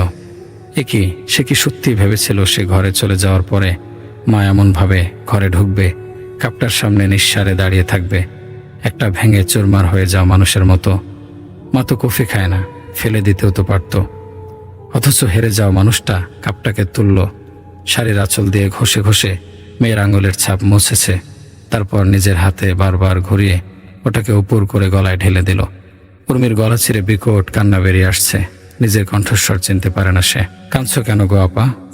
দৃশ্য উচ্ছ্বাসের গলায় বড় রিকশাওয়ালা বলেছে, তোমায় কেউ খুঁজে পাবে না গো, দেখলে না? এবার তোমায় এক্কেরে হারিয়ে যেতে হবে। রিকশার বেগ ধীর হচ্ছে। কমলাপুর বাস স্টপ এসে গেছে। উর্মি ছাউনি তুলে উকি মারে। এ কোন জায়গা? চেনা বাস স্টপ, এখন শুনশান। হলদে স্ট্রিট ল্যাম্পটা বড় বেশি মিটমিটে। মরা আলো যেন ভারী ভেজা বাতাস কেটে মাটি পর্যন্ত পৌঁছতে পারছে না। দুঃস্বপ্নের মতো অপার্থিব এক আবছা আলো আধারিতে মুড়ে রয়েছে কমলাপুর বাস স্টপ। ভেজা কালো রাস্তার উপরে থোকা থোকা তুলোর মতো কুয়াশা ঝুলে রয়েছে। উর্মি একবার কেঁপে ওঠে। চোখের পাতায় কান্না কখন ফুরিয়ে গেছে। গালে জলের দাগ শুকিয়ে করকর করছে। উর্মির শীত করছিল। 10 টাকা ভাড়া। রিকশা থেকে নামতেই শুনেছে উর্মি। পকেট থেকে টাকাটা দিতেই রিকশা টলমল করতে করতে কুয়াশায় মিলিয়ে গেল। উর্মি একা বাস স্টপে দাঁড়িয়ে রইল। মেয়েটা জানে না এখন থেকে আর সে কোথাও যাবে না। ও খেয়ালও করেনি রাস্তার পাশের যে কাদায় ওর পা দুটো এতক্ষণে গোড়ালি পর্যন্ত ডুবে গেছে, সেটা মাংসের মতো থলথলে, দপদপে জীবন্ত, যেন একটা অতিকায় মাংসল পাকস্থলী। আশপাশে জমে থাকা জলের মতো যেগুলো দেখা যাচ্ছে, সেগুলো হয়তো ধীরে ধীরে উর্মির চামড়া, ত্বকের তলার স্নেহ পদার্থের স্তর পেশি হজম করতে শুরু করেছে। ভয়ে দিশেহারা মেয়েটা টের পেল না সে বেমালুম হারিয়ে যাচ্ছে। তারপর শুধু তার কাঠ মোটুক মরে হেজে কাঠ হয়েও দাঁত বের করে দাঁড়িয়ে থাকবে এই কমলাপুর স্টেশনে, তবে তা সব সময় দেখা যাবে না। হঠাৎ করে ঘুম ভেঙে গেল, সারা শরীর ঘামে ভেজে আছে। এসব তাহলে স্বপ্নই ছিল? তাড়াতাড়ি উঠে বসে ডায়েরিটা লিখে ফেলল, সেটা না হলে পরে ভুলে যাবে সব। কিন্তু এসব কি? পায়ের নিচে এমন মাংস আর রক্ত কিসের? আর কেমন যেন শরীরে এক অদ্ভুত গন্ধ। তাহলে কি স্বপ্নে উর্মি কোথাও গিয়েছিল? যেখানে সেই স্বপ্নটা শেষ করেছে সেখানে কি সে সত্যি গিয়েছিল? আসলে সব কি হলো? স্বপ্নটা তো খুবই জীবন্ত ছিল, মাথায় কাজ করছে না। এই ব্যাখ্যা কোথায় পাওয়া যাবে জানা নেই। বাবা মা কেউ কোনোদিন তার এই স্বপ্নের যাত্রার কথা বিশ্বাস করেনি, কিন্তু সে নিজেই জানে কতটা সত্য এবং ভয়ঙ্কর ছিল সে যাত্রা। আজ এই পর্যন্তই। সবাই ভালো থাকবেন, সুস্থ থাকবেন, নিরাপদে থাকবেন, এই কামনায় আজ বিদায় নিচ্ছি। আল্লাহ হাফেজ।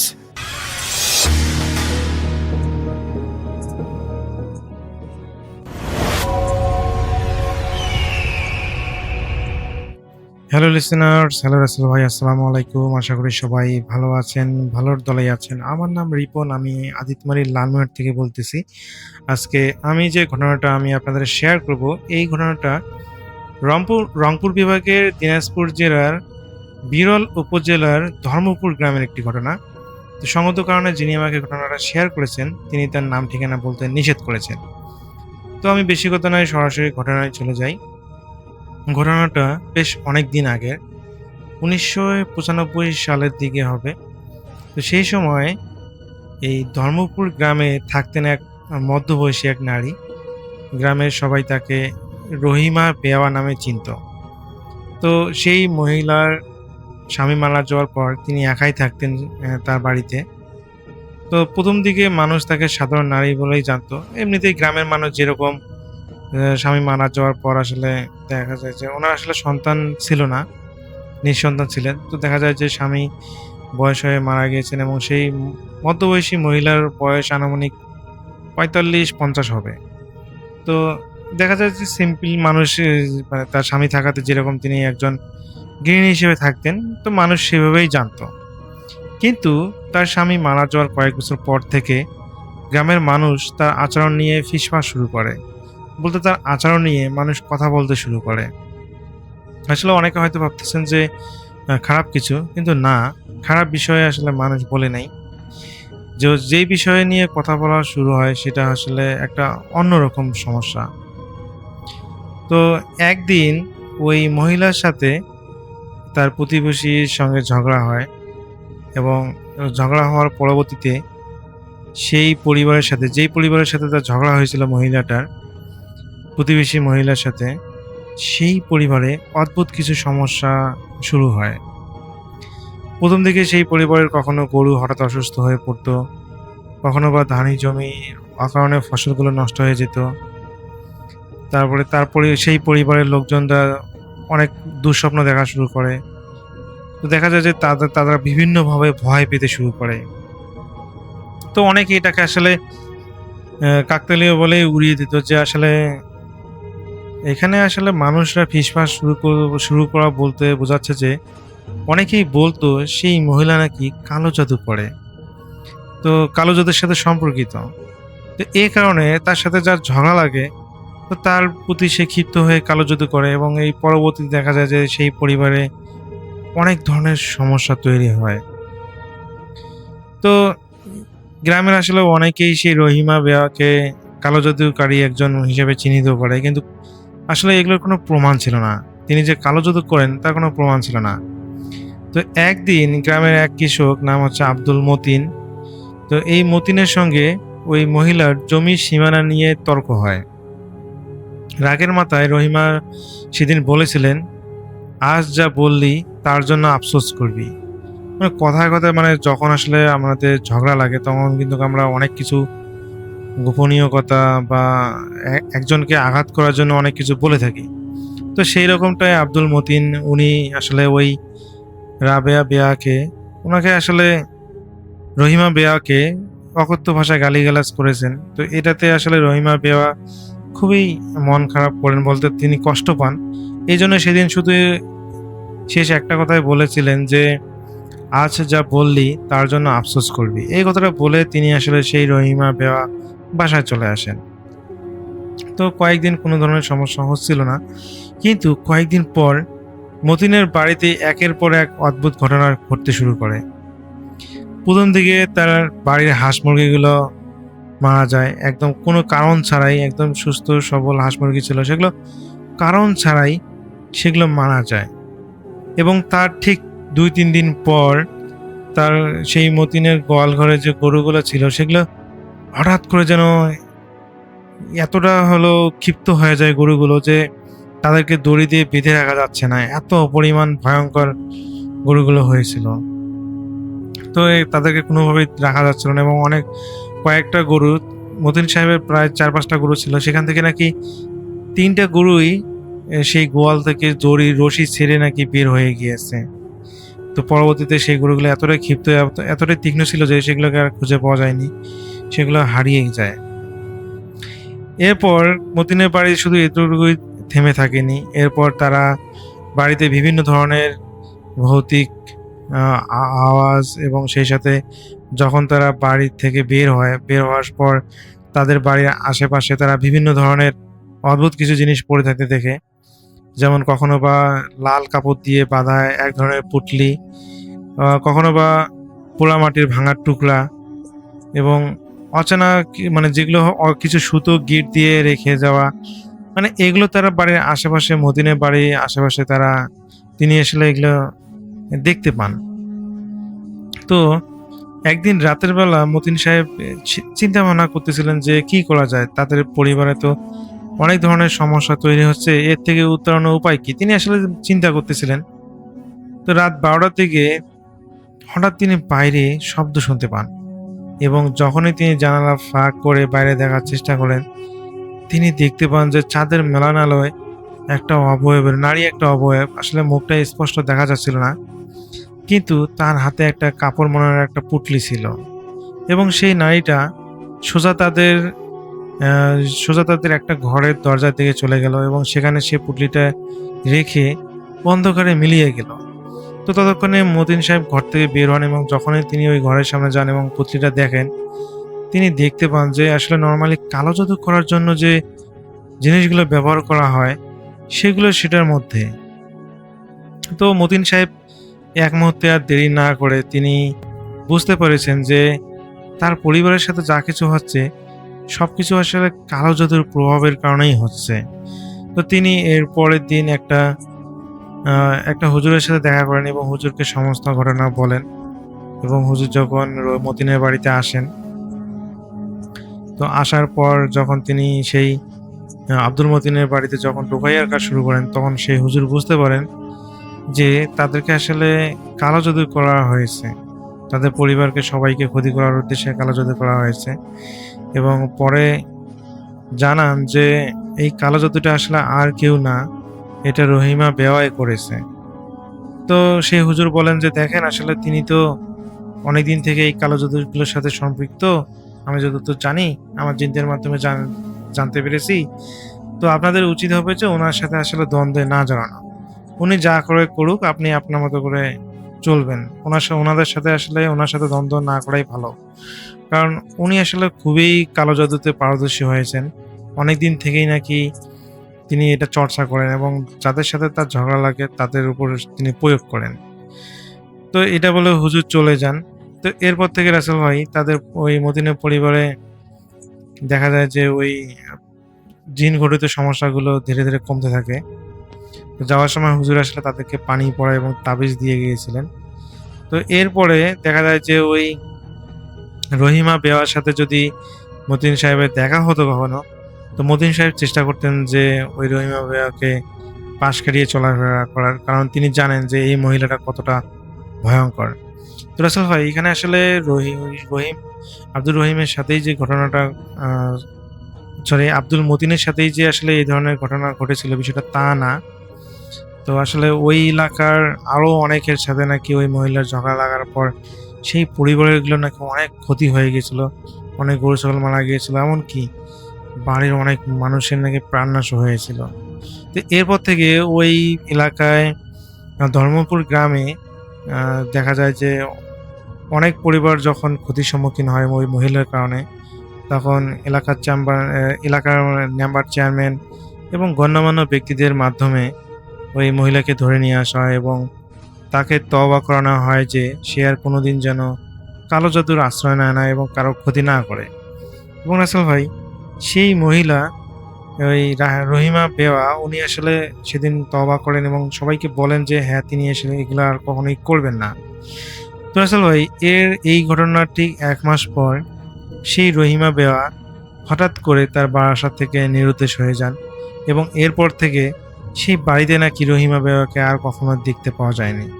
তো এলাকার মানুষেরা ধারণা করেন যে আসলে যেহেতু তিনি এলাকায় কারো ক্ষতি করতে পারবেন না, এলাকার মানুষ সবাই জেনে গেছে, এই কারণে তিনি আসলে হয়তোবা এই জায়গাটা থেকে অন্য জায়গায় চলে গেছেন যেখানে সে এই কাজগুলো করতে পারবে। তো রাসেল ভাই, এটাই ছিল কুলসুমের পাঠানো একটি ঘটনা, যেটা আমার কাছে পাঠিয়েছিল। আমি তার মতো করে আপনাদের মাঝে শেয়ার করলাম। দুঃখিত, আসলে আমি ভুল করে তার নামটাই বলে ফেলেছি, যদিও তিনি আমাকে নামটা বলতে নিষেধ করেছিলেন। তো এই জন্য সবাই আমাকে ক্ষমা সুন্দর দৃষ্টিতে দেখবেন। যদি ঘটনার মধ্যে কোনো ভুল ত্রুটি হয়ে থাকে, সবাই ক্ষমা সুন্দর দৃষ্টিতে দেখবেন। সবাই ভালো থাকবেন, সুস্থ থাকবেন। আমি চেষ্টা করবো আরও নতুন নতুন ঘটনা আপনাদের মাঝে নিয়ে আসার। সেই পর্যন্ত সবাই ভালো থাকবেন। আল্লাহ হাফেজ।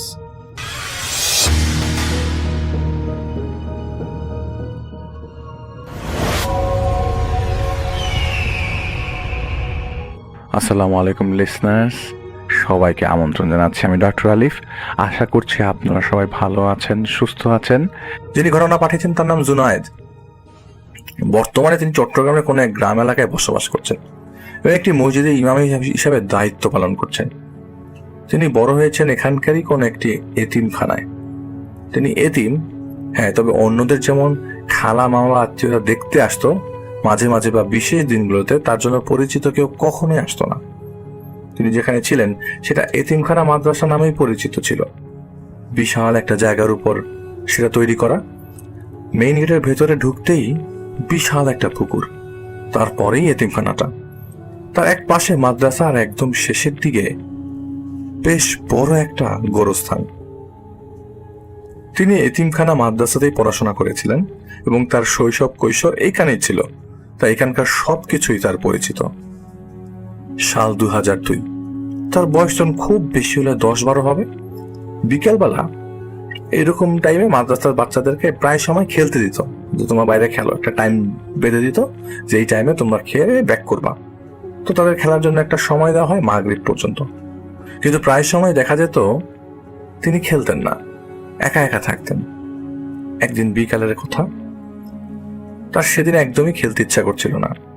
সবাই এতিমখানার বারান্দায় বসে খেলছে, কেউ কেউ গল্প করছিল, ছোটাছুটি করছিল, কিন্তু এসবে তিনি তার মধ্যে ছিলেন না।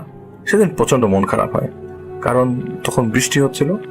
আর বৃষ্টি এলেও আজও কেমন তার ভীষণ মন খারাপ হয়, কারণ বড় হুজুর বলেছিলেন তাকে নাকি কোনো একদিন বৃষ্টির দিনে কেউ এতিমখানার বাইরে রেখে গিয়েছিলেন। জানি না যিনি রেখে গেছেন তিনি তার কে ছিলেন বা কেনই রেখে গেছিলেন, এটা তিনি প্রায় সময় এটা তাকে স্ট্রেস দিত, এটা তাকে মোরাল স্ট্রেস দিত। আর যখনই তার এই জিনিসগুলো চিন্তা হতো তখনই তার ওই এতিমখানার যেখানে তিনি থাকতেন সেখানে লাইফটা তার কাছে একটু মিজারেবল মনে হতো, দুর্বিষহ মনে হতো। আর আজও তার কাছে কেবল একটাই প্রশ্ন, যে তাহলে বৃষ্টি এলেই তার মন খারাপ কেন হয়? তার একটা অভ্যাস হলো যে বৃষ্টি হলে অথবা অন্য কোনো কারণে মন খারাপ হলে তিনি কবরস্থানের নির্দিষ্ট একটা কোনায় যে দাঁড়িয়ে থাকতেন। তিনি ছোট থেকে চুপচাপ স্বভাবের হওয়াতে অন্যদের সাথে তেমন মিশলেও খুব একটা মিশতেন না, কথা এমন একটা বলতেন না। তো সেদিনও অনেক বৃষ্টি ছিল, তাই তিনি তার পা বাড়িয়ে হেঁটে হেঁটে চলে যান তার মন খারাপের স্থানে। যে জায়গায় মন খারাপ হলে তিনি চলে যায়, সেই স্থানটা ছিল কবরস্থানের একটা কর্নার। কবরস্থানের সেই নির্দিষ্ট জায়গাতে তিনি একা দাঁড়িয়েছিলেন, আর তখন ঝুম বৃষ্টি হচ্ছিল। কবরগুলোর উপর টুপ টুপ করে বৃষ্টির পানি পড়ছিল। তিনি তাকিয়ে আছেন, সেদিকে তারও চোখ ভিজে যাচ্ছে অশ্রুতে, তার কারণ তার মন খারাপের কান্নাগুলো বৃষ্টি ধুয়ে দিচ্ছিল।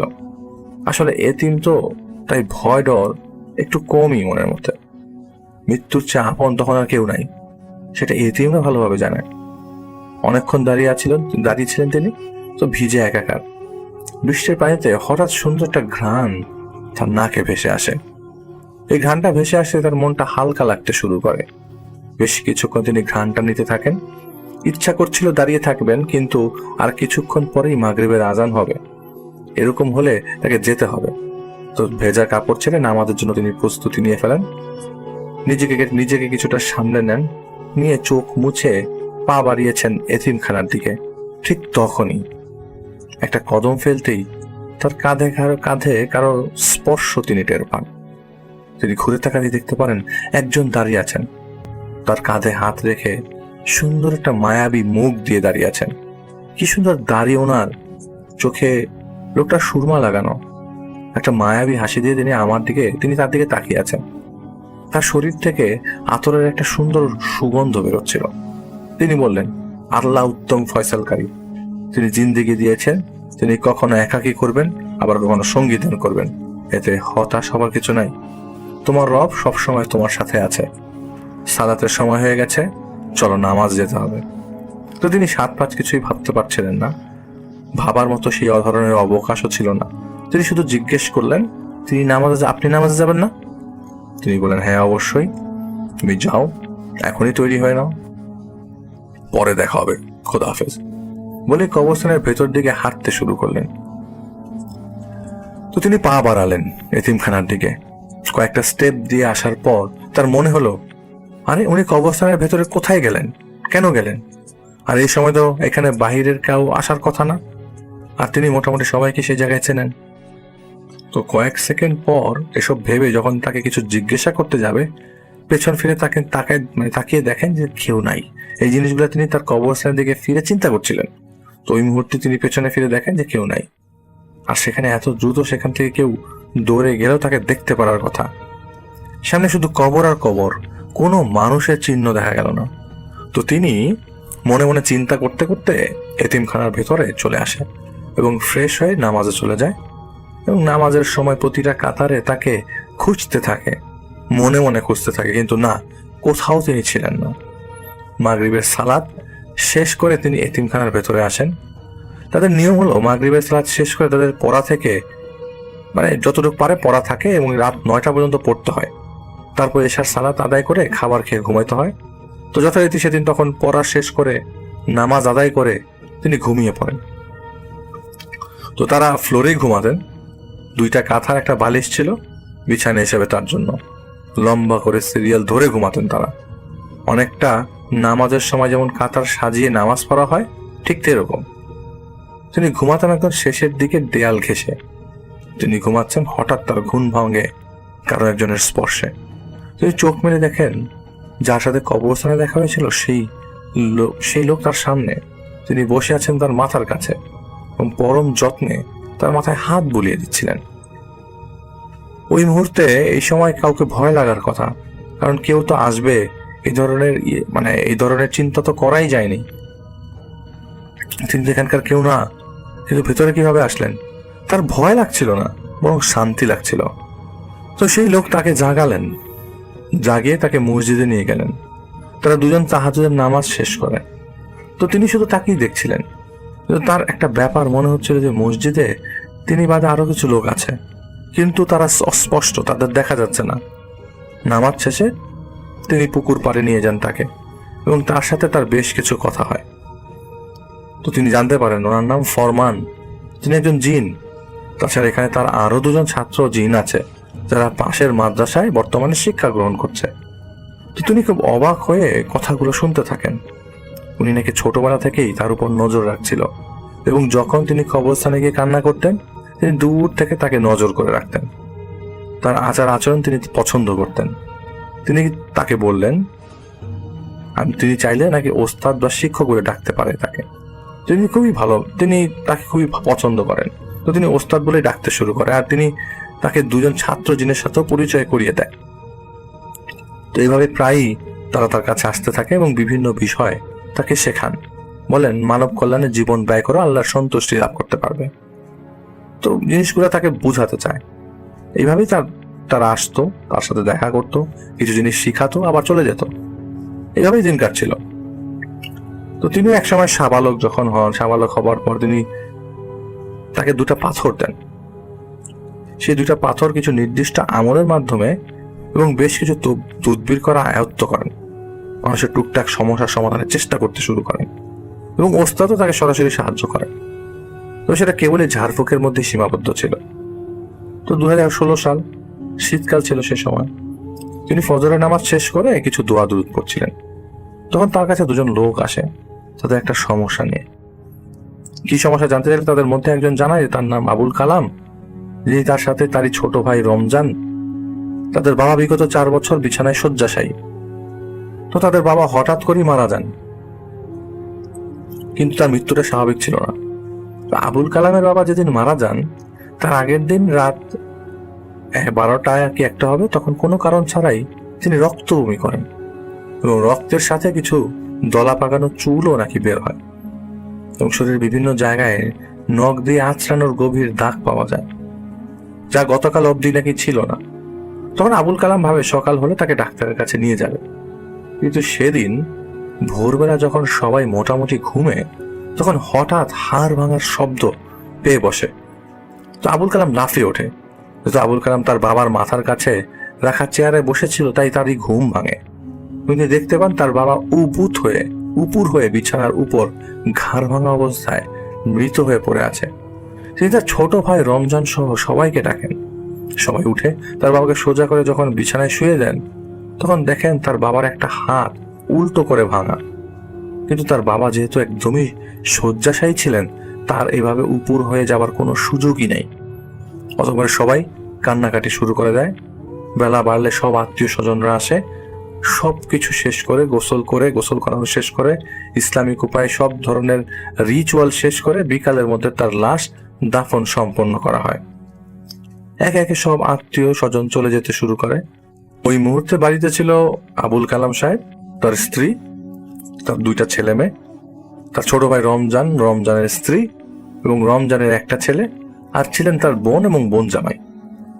তো প্রথম 4 দিন কোনো সমস্যা কেউ কিছু ফিল করে নাই, কিন্তু এই জিনিসটা যে ঘটেছে এটা তখন ওই মুহূর্তে সবাইকে বলা হয়নি। কিন্তু 5ম দিন সন্ধ্যায় খাওয়ার পানি আনতে গেলে রমজানের স্ত্রী যায়। তিনি বাইরের টিউবওয়েল থেকে পানি আনতে গেলে দেখে টিউবওয়েল থেকে কিছু দূরে একটা কাফনে মোড়ানো লাশ পড়ে আছে। লাশটার মাথার কাছে বিশাল একটা সাপ ফোনা তুলে বসে আছে। রমজান বেশ ভয় পেয়ে যায়, চিৎকার করতে করতে বাড়ির উঠানে আসে। তার চিৎকার শুনে বাসার বাকির সদস্যরা বের হয়ে আসে। সবাই যখন টিউবওয়েলের কাছে যায় তারাও দেখতে পায় একটা কাফনে মোড়ানো লাশ পড়ে আছে, কিন্তু সাপটা নেই। তারপর পাশের মসজিদ থেকে ইমামকে না পেয়ে মুয়াজ্জিন সাহেবকে তারা ডেকে নিয়ে আসে। মুয়াজ্জিন সাহেব কিছু দোয়া কালাম পরে সবাইকে নিয়ে লাশের কাছে যায় এবং কাফনের কাপড় সরিয়ে দেখতে পায় এটা আবুল কালামের বাবার লাশ। তারা ভয় পেয়ে যায়, অবাক হওয়ার মতো কাণ্ড না, যাকে দাফন করে আসা হলো সে তাদের বাসার সামনে পড়ে আছে। তারপর তারা সেই লাশটিকে নিয়ে বাড়ির কয়েকজন সহ মুয়াজ্জিন সাহেব এবং ইমাম সাহেব আসার পর তারা নিজেরাই পুনরায় সেই রাতে আবারও জানাজা দিয়ে লাশটি মাটি দিয়ে দেয়। ইমাম সাহেব কিছু দোয়া পড়ে বাড়ির চারিপাশে ফু দিয়ে ফেলে এবং তিনি বলেন পরবর্তী 3 দিন যেন কেউ একা একা সন্ধ্যার পর বাড়ির বাইরে না যায়। এই বলে ইমাম সাহেব এবং মুয়াজ্জিন সাহেব সেদিনের মতো সেখান থেকে বের হয়ে যায়। আসল বিপত্তি বাধে রাতের বেলা। রাতে যখন সবাই ঘুমে হঠাৎ তাদের বাড়ির চালে অনবরত ঢিল পড়ার শব্দ আসতে থাকে। সেই সাথে মনে হতে থাকে যে বাইরে হয়তো তুফান শুরু হবে, ভেঙে চুরে সব একাকার হয়ে যাচ্ছে। তারা সবাই ভয়ে এক রুমের মধ্যে বসে যে যা পারে তাই পড়তে থাকে। এদিকে আবুল কালামের বাবার ঘর থেকে তখন করুণ আত্মচিৎকার ভেসে আসতে থাকে। তারা যখন সেই ঘরের দিকে যায় তখন দেখে দরজার ভেতর থেকে লাগানো। বাইরে থেকে তারা সবাই শুনতে পায় কাউকে শূন্যে তুলে বারবার আঁচড়ালে যেমন শব্দ হয় তেমন শব্দ। বেশ কিছুক্ষণ পর ঘরে সে শব্দটা থেমে যায় আর আপনি দরজাটা তার নিজেকে খুলে দেয়, মানে ভেতর থেকে দরজা কেউ খুলে দিল। তারা যখন সেই দরজার সামনে যায় তখন দেখে ঘর ভর্তি ধোঁয়া পেছনের দরজা দিয়ে বের হয়ে যাচ্ছে, কিন্তু বাইরে তখন তাণ্ডব চলছিল। মনে হচ্ছিল যে গাছপালা ভেঙে সব একেবারে একাকার হয়ে যাচ্ছে। তো যাই হোক, তাদের ঘর সময় তাদের উড়িয়ে নিয়ে যাবে এরকম অবস্থা। বেশ কিছুক্ষণ এরকম যাওয়ার পর তারা বুঝতে পারে বাইরের সবকিছু এখন শান্ত। তো বের হওয়ার জন্য যখন আবুল কালাম দরজা খোলে তখনই দেখে তাদের উঠানে থাকা আম গাছে তার বাবার লাশটা ঝুলছে, কাফন জড়ানো লাশের মাথাটা বের করা এবং বিশাল একটা সাপ। সেই লাশটাকে সাপটা পুরো শরীর পেঁচিয়ে ধরে রেখেছে, মুখে অনবরত ছবল দিয়ে যাচ্ছে। তো এই দৃশ্য দেখার পর তারা সাথে সাথে চিৎকার করে দরজা লাগিয়ে দেয় এবং সেই রাতে আর বের হয়নি। এরপর তারা সকালে সেই ইমাম সাহেবের কাছে যায়, গিয়ে জানতে পারেন ইমাম সাহেব হাসপাতালে গত রাতে ঘাড়ে অনেক বেশ ব্যথা পেয়েছেন। আবুল কালাম অপেক্ষা করেন সেখানেই। ইমাম সাহেব হাসপাতাল থেকে ফেরেন।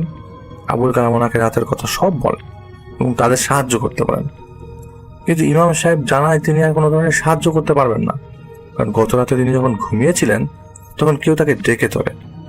ওঠার সাথে সাথে তখন ওনাকে সজোরে আছাড় মারে এবং তাকে ওয়ার্নিং দেয় যদি তিনি এই পরিবারের কাউকে সাহায্য করেন তাহলে ওনার পরিণতি ভয়াবহ হবে। তো তারা হতাশ হয়ে যায়, কারণ একটা ভরসা পেয়ে গেছিল তিনি সেই ইমামের কাছে। তারা হতাশ হয়ে যায়। তো যখন ফিরে আসছিল তখন তারই যেই ভাই ঘটনা পাঠিয়েছেন তার একজন পরিচিত জন তাদের মাধ্যমে তার কাছে আসতে বলেন এবং তারা আসলে সেই পরিচিত জনের মাধ্যমে আসার পর ওই মুহূর্তে যদিও তিনি কোনো কেস হাতে নেয়নি, যিনি মাদ্রাসার যে ছাত্র, কিন্তু তবুও সবসময় তাদের বলে যে আমি যাবো রাতের বেলা ওদের বাড়িতে। তো সন্ধ্যায় তিনি ওস্তাদকে স্মরণ করে তিনি পুকুর পাড়ে আসেন এবং ওনাকে পুরো ব্যাপারটা বলার পর তিনি আরো দুজন ছাত্র জিন সহ সেখানে যাওয়ার অনুমতি দেন এবং ওনার জন্য অপেক্ষা করতে থাকেন। তো যথারীতি আসার পর রওনা হয় বাড়ির উদ্দেশ্যে। তো তিনি তাদের বাড়ির উঠানে প্রবেশের পরেই দেখতে পান বাড়ির দু কোণায় দুটো বড় সাইজের কুকুর দাঁড়ানো, যাদের মুখটা সেলাই করা ছিল। তো সেই সেলাই করা মুখ থেকে লালা ঝরছিল। তো কুকুর দুটির গলায় শেকল জাতীয় কিছুটা বাঁধা ছিল, কিন্তু শেকলটা কোথায় বাঁধা সেটা দেখা যাচ্ছিল না, মনে হচ্ছিল বাড়ির পেছন থেকে কোথাও বাঁধা। এবং তিনি দেখার জন্য সেদিকেই যাচ্ছিলেন, তখনই পেছন থেকে ওস্তাদের একজন ছাত্র জিন তার হাত ধরে ফেলে এবং বলল সেখানে না যেতে। তো তিনি থামলেন সেখানে এবং তাদের ঘরের দরজায় নক করলেন। যখন দরজা খুলে গেল তখন আবুল কালাম বেরিয়ে আসলো এবং তাকে সালাম দিয়ে ঘরের ভেতর নিয়ে গেল। তো তাদের ঘরে ঢুকতে তার মনে হচ্ছিল পাশের ঘর থেকে কেউ অদ্ভুত ভাবে তার দিকে তাকিয়ে আছে, সেখানে কেউ হিস হিস করে একটা শব্দ করছে। তো তিনি আবুল কালামকে বললেন পাশের ঘরে কে থাকে? তিনি বলেন কেউ থাকে না হুজুর, এটা আমার আব্বার ঘর, আব্বা থাকতেন এই ঘরে। তো তিনি সেই ঘরের দরজার সামনে যান এবং সেই ঘরে পা দিতেই তার মনে হলো কোনো একটা অদৃশ্য শক্তি তাকে সেই ঘরে প্রবেশ করা থেকে বিরত করছে। তো কিছুক্ষণ বাইরে দাঁড়িয়ে তিনি দোয়া পড়লেন এবং সেই ঘরে প্রবেশ করলেন। তা আবুল কালাম যিনি ছিলেন তিনি দরজার বাইরে দাঁড়িয়েছিলেন। তো তাকে চলে যেতে বলা হলো এবং তাকে দরজা আটকে দেন তিনি ঘরটার ভেতর শুধু হিস হিস এবং ঘুম ঘুম টাইপের একটা ঠান্ডা আওয়াজ পাচ্ছিলেন। তিনি কোনো কিছুই দেখছিলেন না। তো এবার তিনি কিছু আমল করা শুরু করেন। বললেন এই ঘরে কে আছো? আমল করার পরে যখন প্রশ্ন জিজ্ঞেস করা হয় কোনো সারা শব্দ ছিল না। তিনি আবার বলেন কে আছো আর কেনই বা এই পরিবারের সাথে এমন করছো? কোনো সারা শব্দ নাই। তো এবার তিনি তার সাথে থাকা একটা জমজমের পানি ছিল, সেটা পানি ঘরের পেছন দিকে দরজায় ছিটিয়ে দেয়, কেননা সেখান থেকে সেই শব্দটা হিস হিস শব্দটা আসছিল। পানিটা দরজার ছিটাতেই বেশ বেশ শব্দ করে দরজাটা খুলে যায়। মনে হলো কেউ রাগে সজোরে লাথি মেরে দরজাটা খুলে ফেললো। তো এবার তিনি জিজ্ঞেস করলেন কে তুই? বলতে বলতে আবার তাকে দোয়া পরে জমজমের পানি ছিটা মারলেন এবং পানিটা ছিটা মারলেন দরজার দিকে। তো দরজার দিকে আবারও তিনি জিজ্ঞেস করলেন কে তুই? তো বলতে বলতে তিনি তার সাথে থাকা একটা পরা বেত ছিল, পিটানোর বেত, সেটা দিয়ে তিনি একটা আঘাত করলেন। মুহূর্তের মধ্যে তার গালে সজোরে একটা চর অনুভব থাপ্পড় অনুভব করলেন। তিনি প্রচন্ড ব্যথায় তার চোখে ঝাপসা দেখতে লাগলেন। তিনি কানেও শুনতে পাচ্ছিলেন না এবং তার মনে হচ্ছিল পুরো দুনিয়া তার ঘুরছে তার চারিপাশে। এবং তিনি কোনো রকমের পাঞ্জাবির পকেটে হাত দেন পাথর দুটো বের করার জন্য, কিন্তু পকেটে হাত দেওয়ার পর তার কিছু মনে ছিল না। তো দুদিন পর তিনি চোখ মেলেন, তখন মধ্যরাতে তিনি দেখেন তার ঘরে গায়ে প্রচন্ড জ্বর, গাল ফুলে তখন একাকার অবস্থা। তিনি ঝাপসা দেখছিলেন। তার ওস্তাদ বসে আছে তার পাশে। তিনি সালাম দেন এবং জানতে চান যে কিভাবে হলো, কেন হলো, কি ঘটেছিল, কে আমাকে আঘাত করেছিল। জিজ্ঞেস করার পরে তিনি ওস্তাদ বলেন তুমি ভুল করেছ, তুমি বেয়াদবি করেছো, কারণ সেখানে যিনি ছিলেন তিনি একজন বুজুর্গ জিন ছিলেন। তুমি তাকে সালাম দাও নাই এবং ওনাকে প্রথমেই তুই বলে সম্বোধন করেছ, আঘাত করেছ। এই তিনি রাগ হয়ে তোমাকে চর মানেন। তাছাড়া আমি তোমাকে বলেছিলাম সেখানে গিয়ে আমার জন্য অপেক্ষা করতে। আমরা ছাত্ররা পুরো খোঁজ নিয়ে আসার আগেই তুমি বেয়াদবি করে ফেলেছো। তুমি জানোই আমি ওনাকে পরবর্তী ওনার কাছে আমাকে ক্ষমা চাইতে হয়েছে এবং আমার ছাত্র জিনদের দিয়ে তোমাকে আনানোর ব্যবস্থা করি। এখন আগে সুস্থ হও, তারপর দেখা যাক কি করা যায়। কারণ আবুল কালামের বাবা যা করে গিয়েছে তার শাস্তি পাচ্ছে তার পরিবার। তো এটা এতটুকুই পাঠিয়েছেন যিনি জুনায়েদ ভাই, তিনি এর থেকে বেশি কিছু পাঠাতে পারেননি। তিনি চট্টগ্রামের কোন একটা এলাকা থেকে আমাদের ঘটনা পাঠিয়েছেন জুনায়েদ সাহেব। আপনাকে অনেক অনেক ধন্যবাদ জুনায়েদ ভাই। আমরা আপনার পরবর্তী ওস্তাদের ঘটনা শুনতে চাই এবং আপনি যদি আমাদেরকে পাঠান তাহলে আমাদের শ্রোতারাও শুনতে পারবে। ঘটনাটি জুনায়েদ ভাই আমাদেরকে পাঠিয়েছেন মার্জিয়া মেহজাবিন আপুর মাধ্যমে।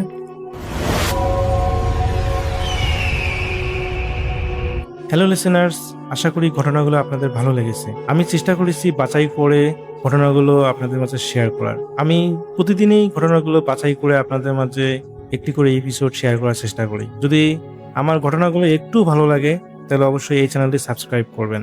আর আপনারা কোথা থেকে এই ঘটনাগুলো শুনতেছেন যদি আপনাদের ঠিকানাগুলো জানান তাহলে আমি অনেক কৃতজ্ঞ হব। তাহলে আমি বুঝতে পারবো যে আপনারা কোথা থেকে শুনতেছেন। এছাড়াও আপনাদের মাঝে যদি কোনো ঘটনা থেকে থাকে তাহলে অবশ্যই আমাদের ইমেলে দেওয়া ঠিকানায় ঘটনাটা পাঠাবেন। তাহলে নেক্সট এপিসোডে আপনার সেই ঘটনাটা আমরা রাসেল ভাইয়ের মাধ্যমে অথবা আমরা নিজেরা পড়ে শোনাবো।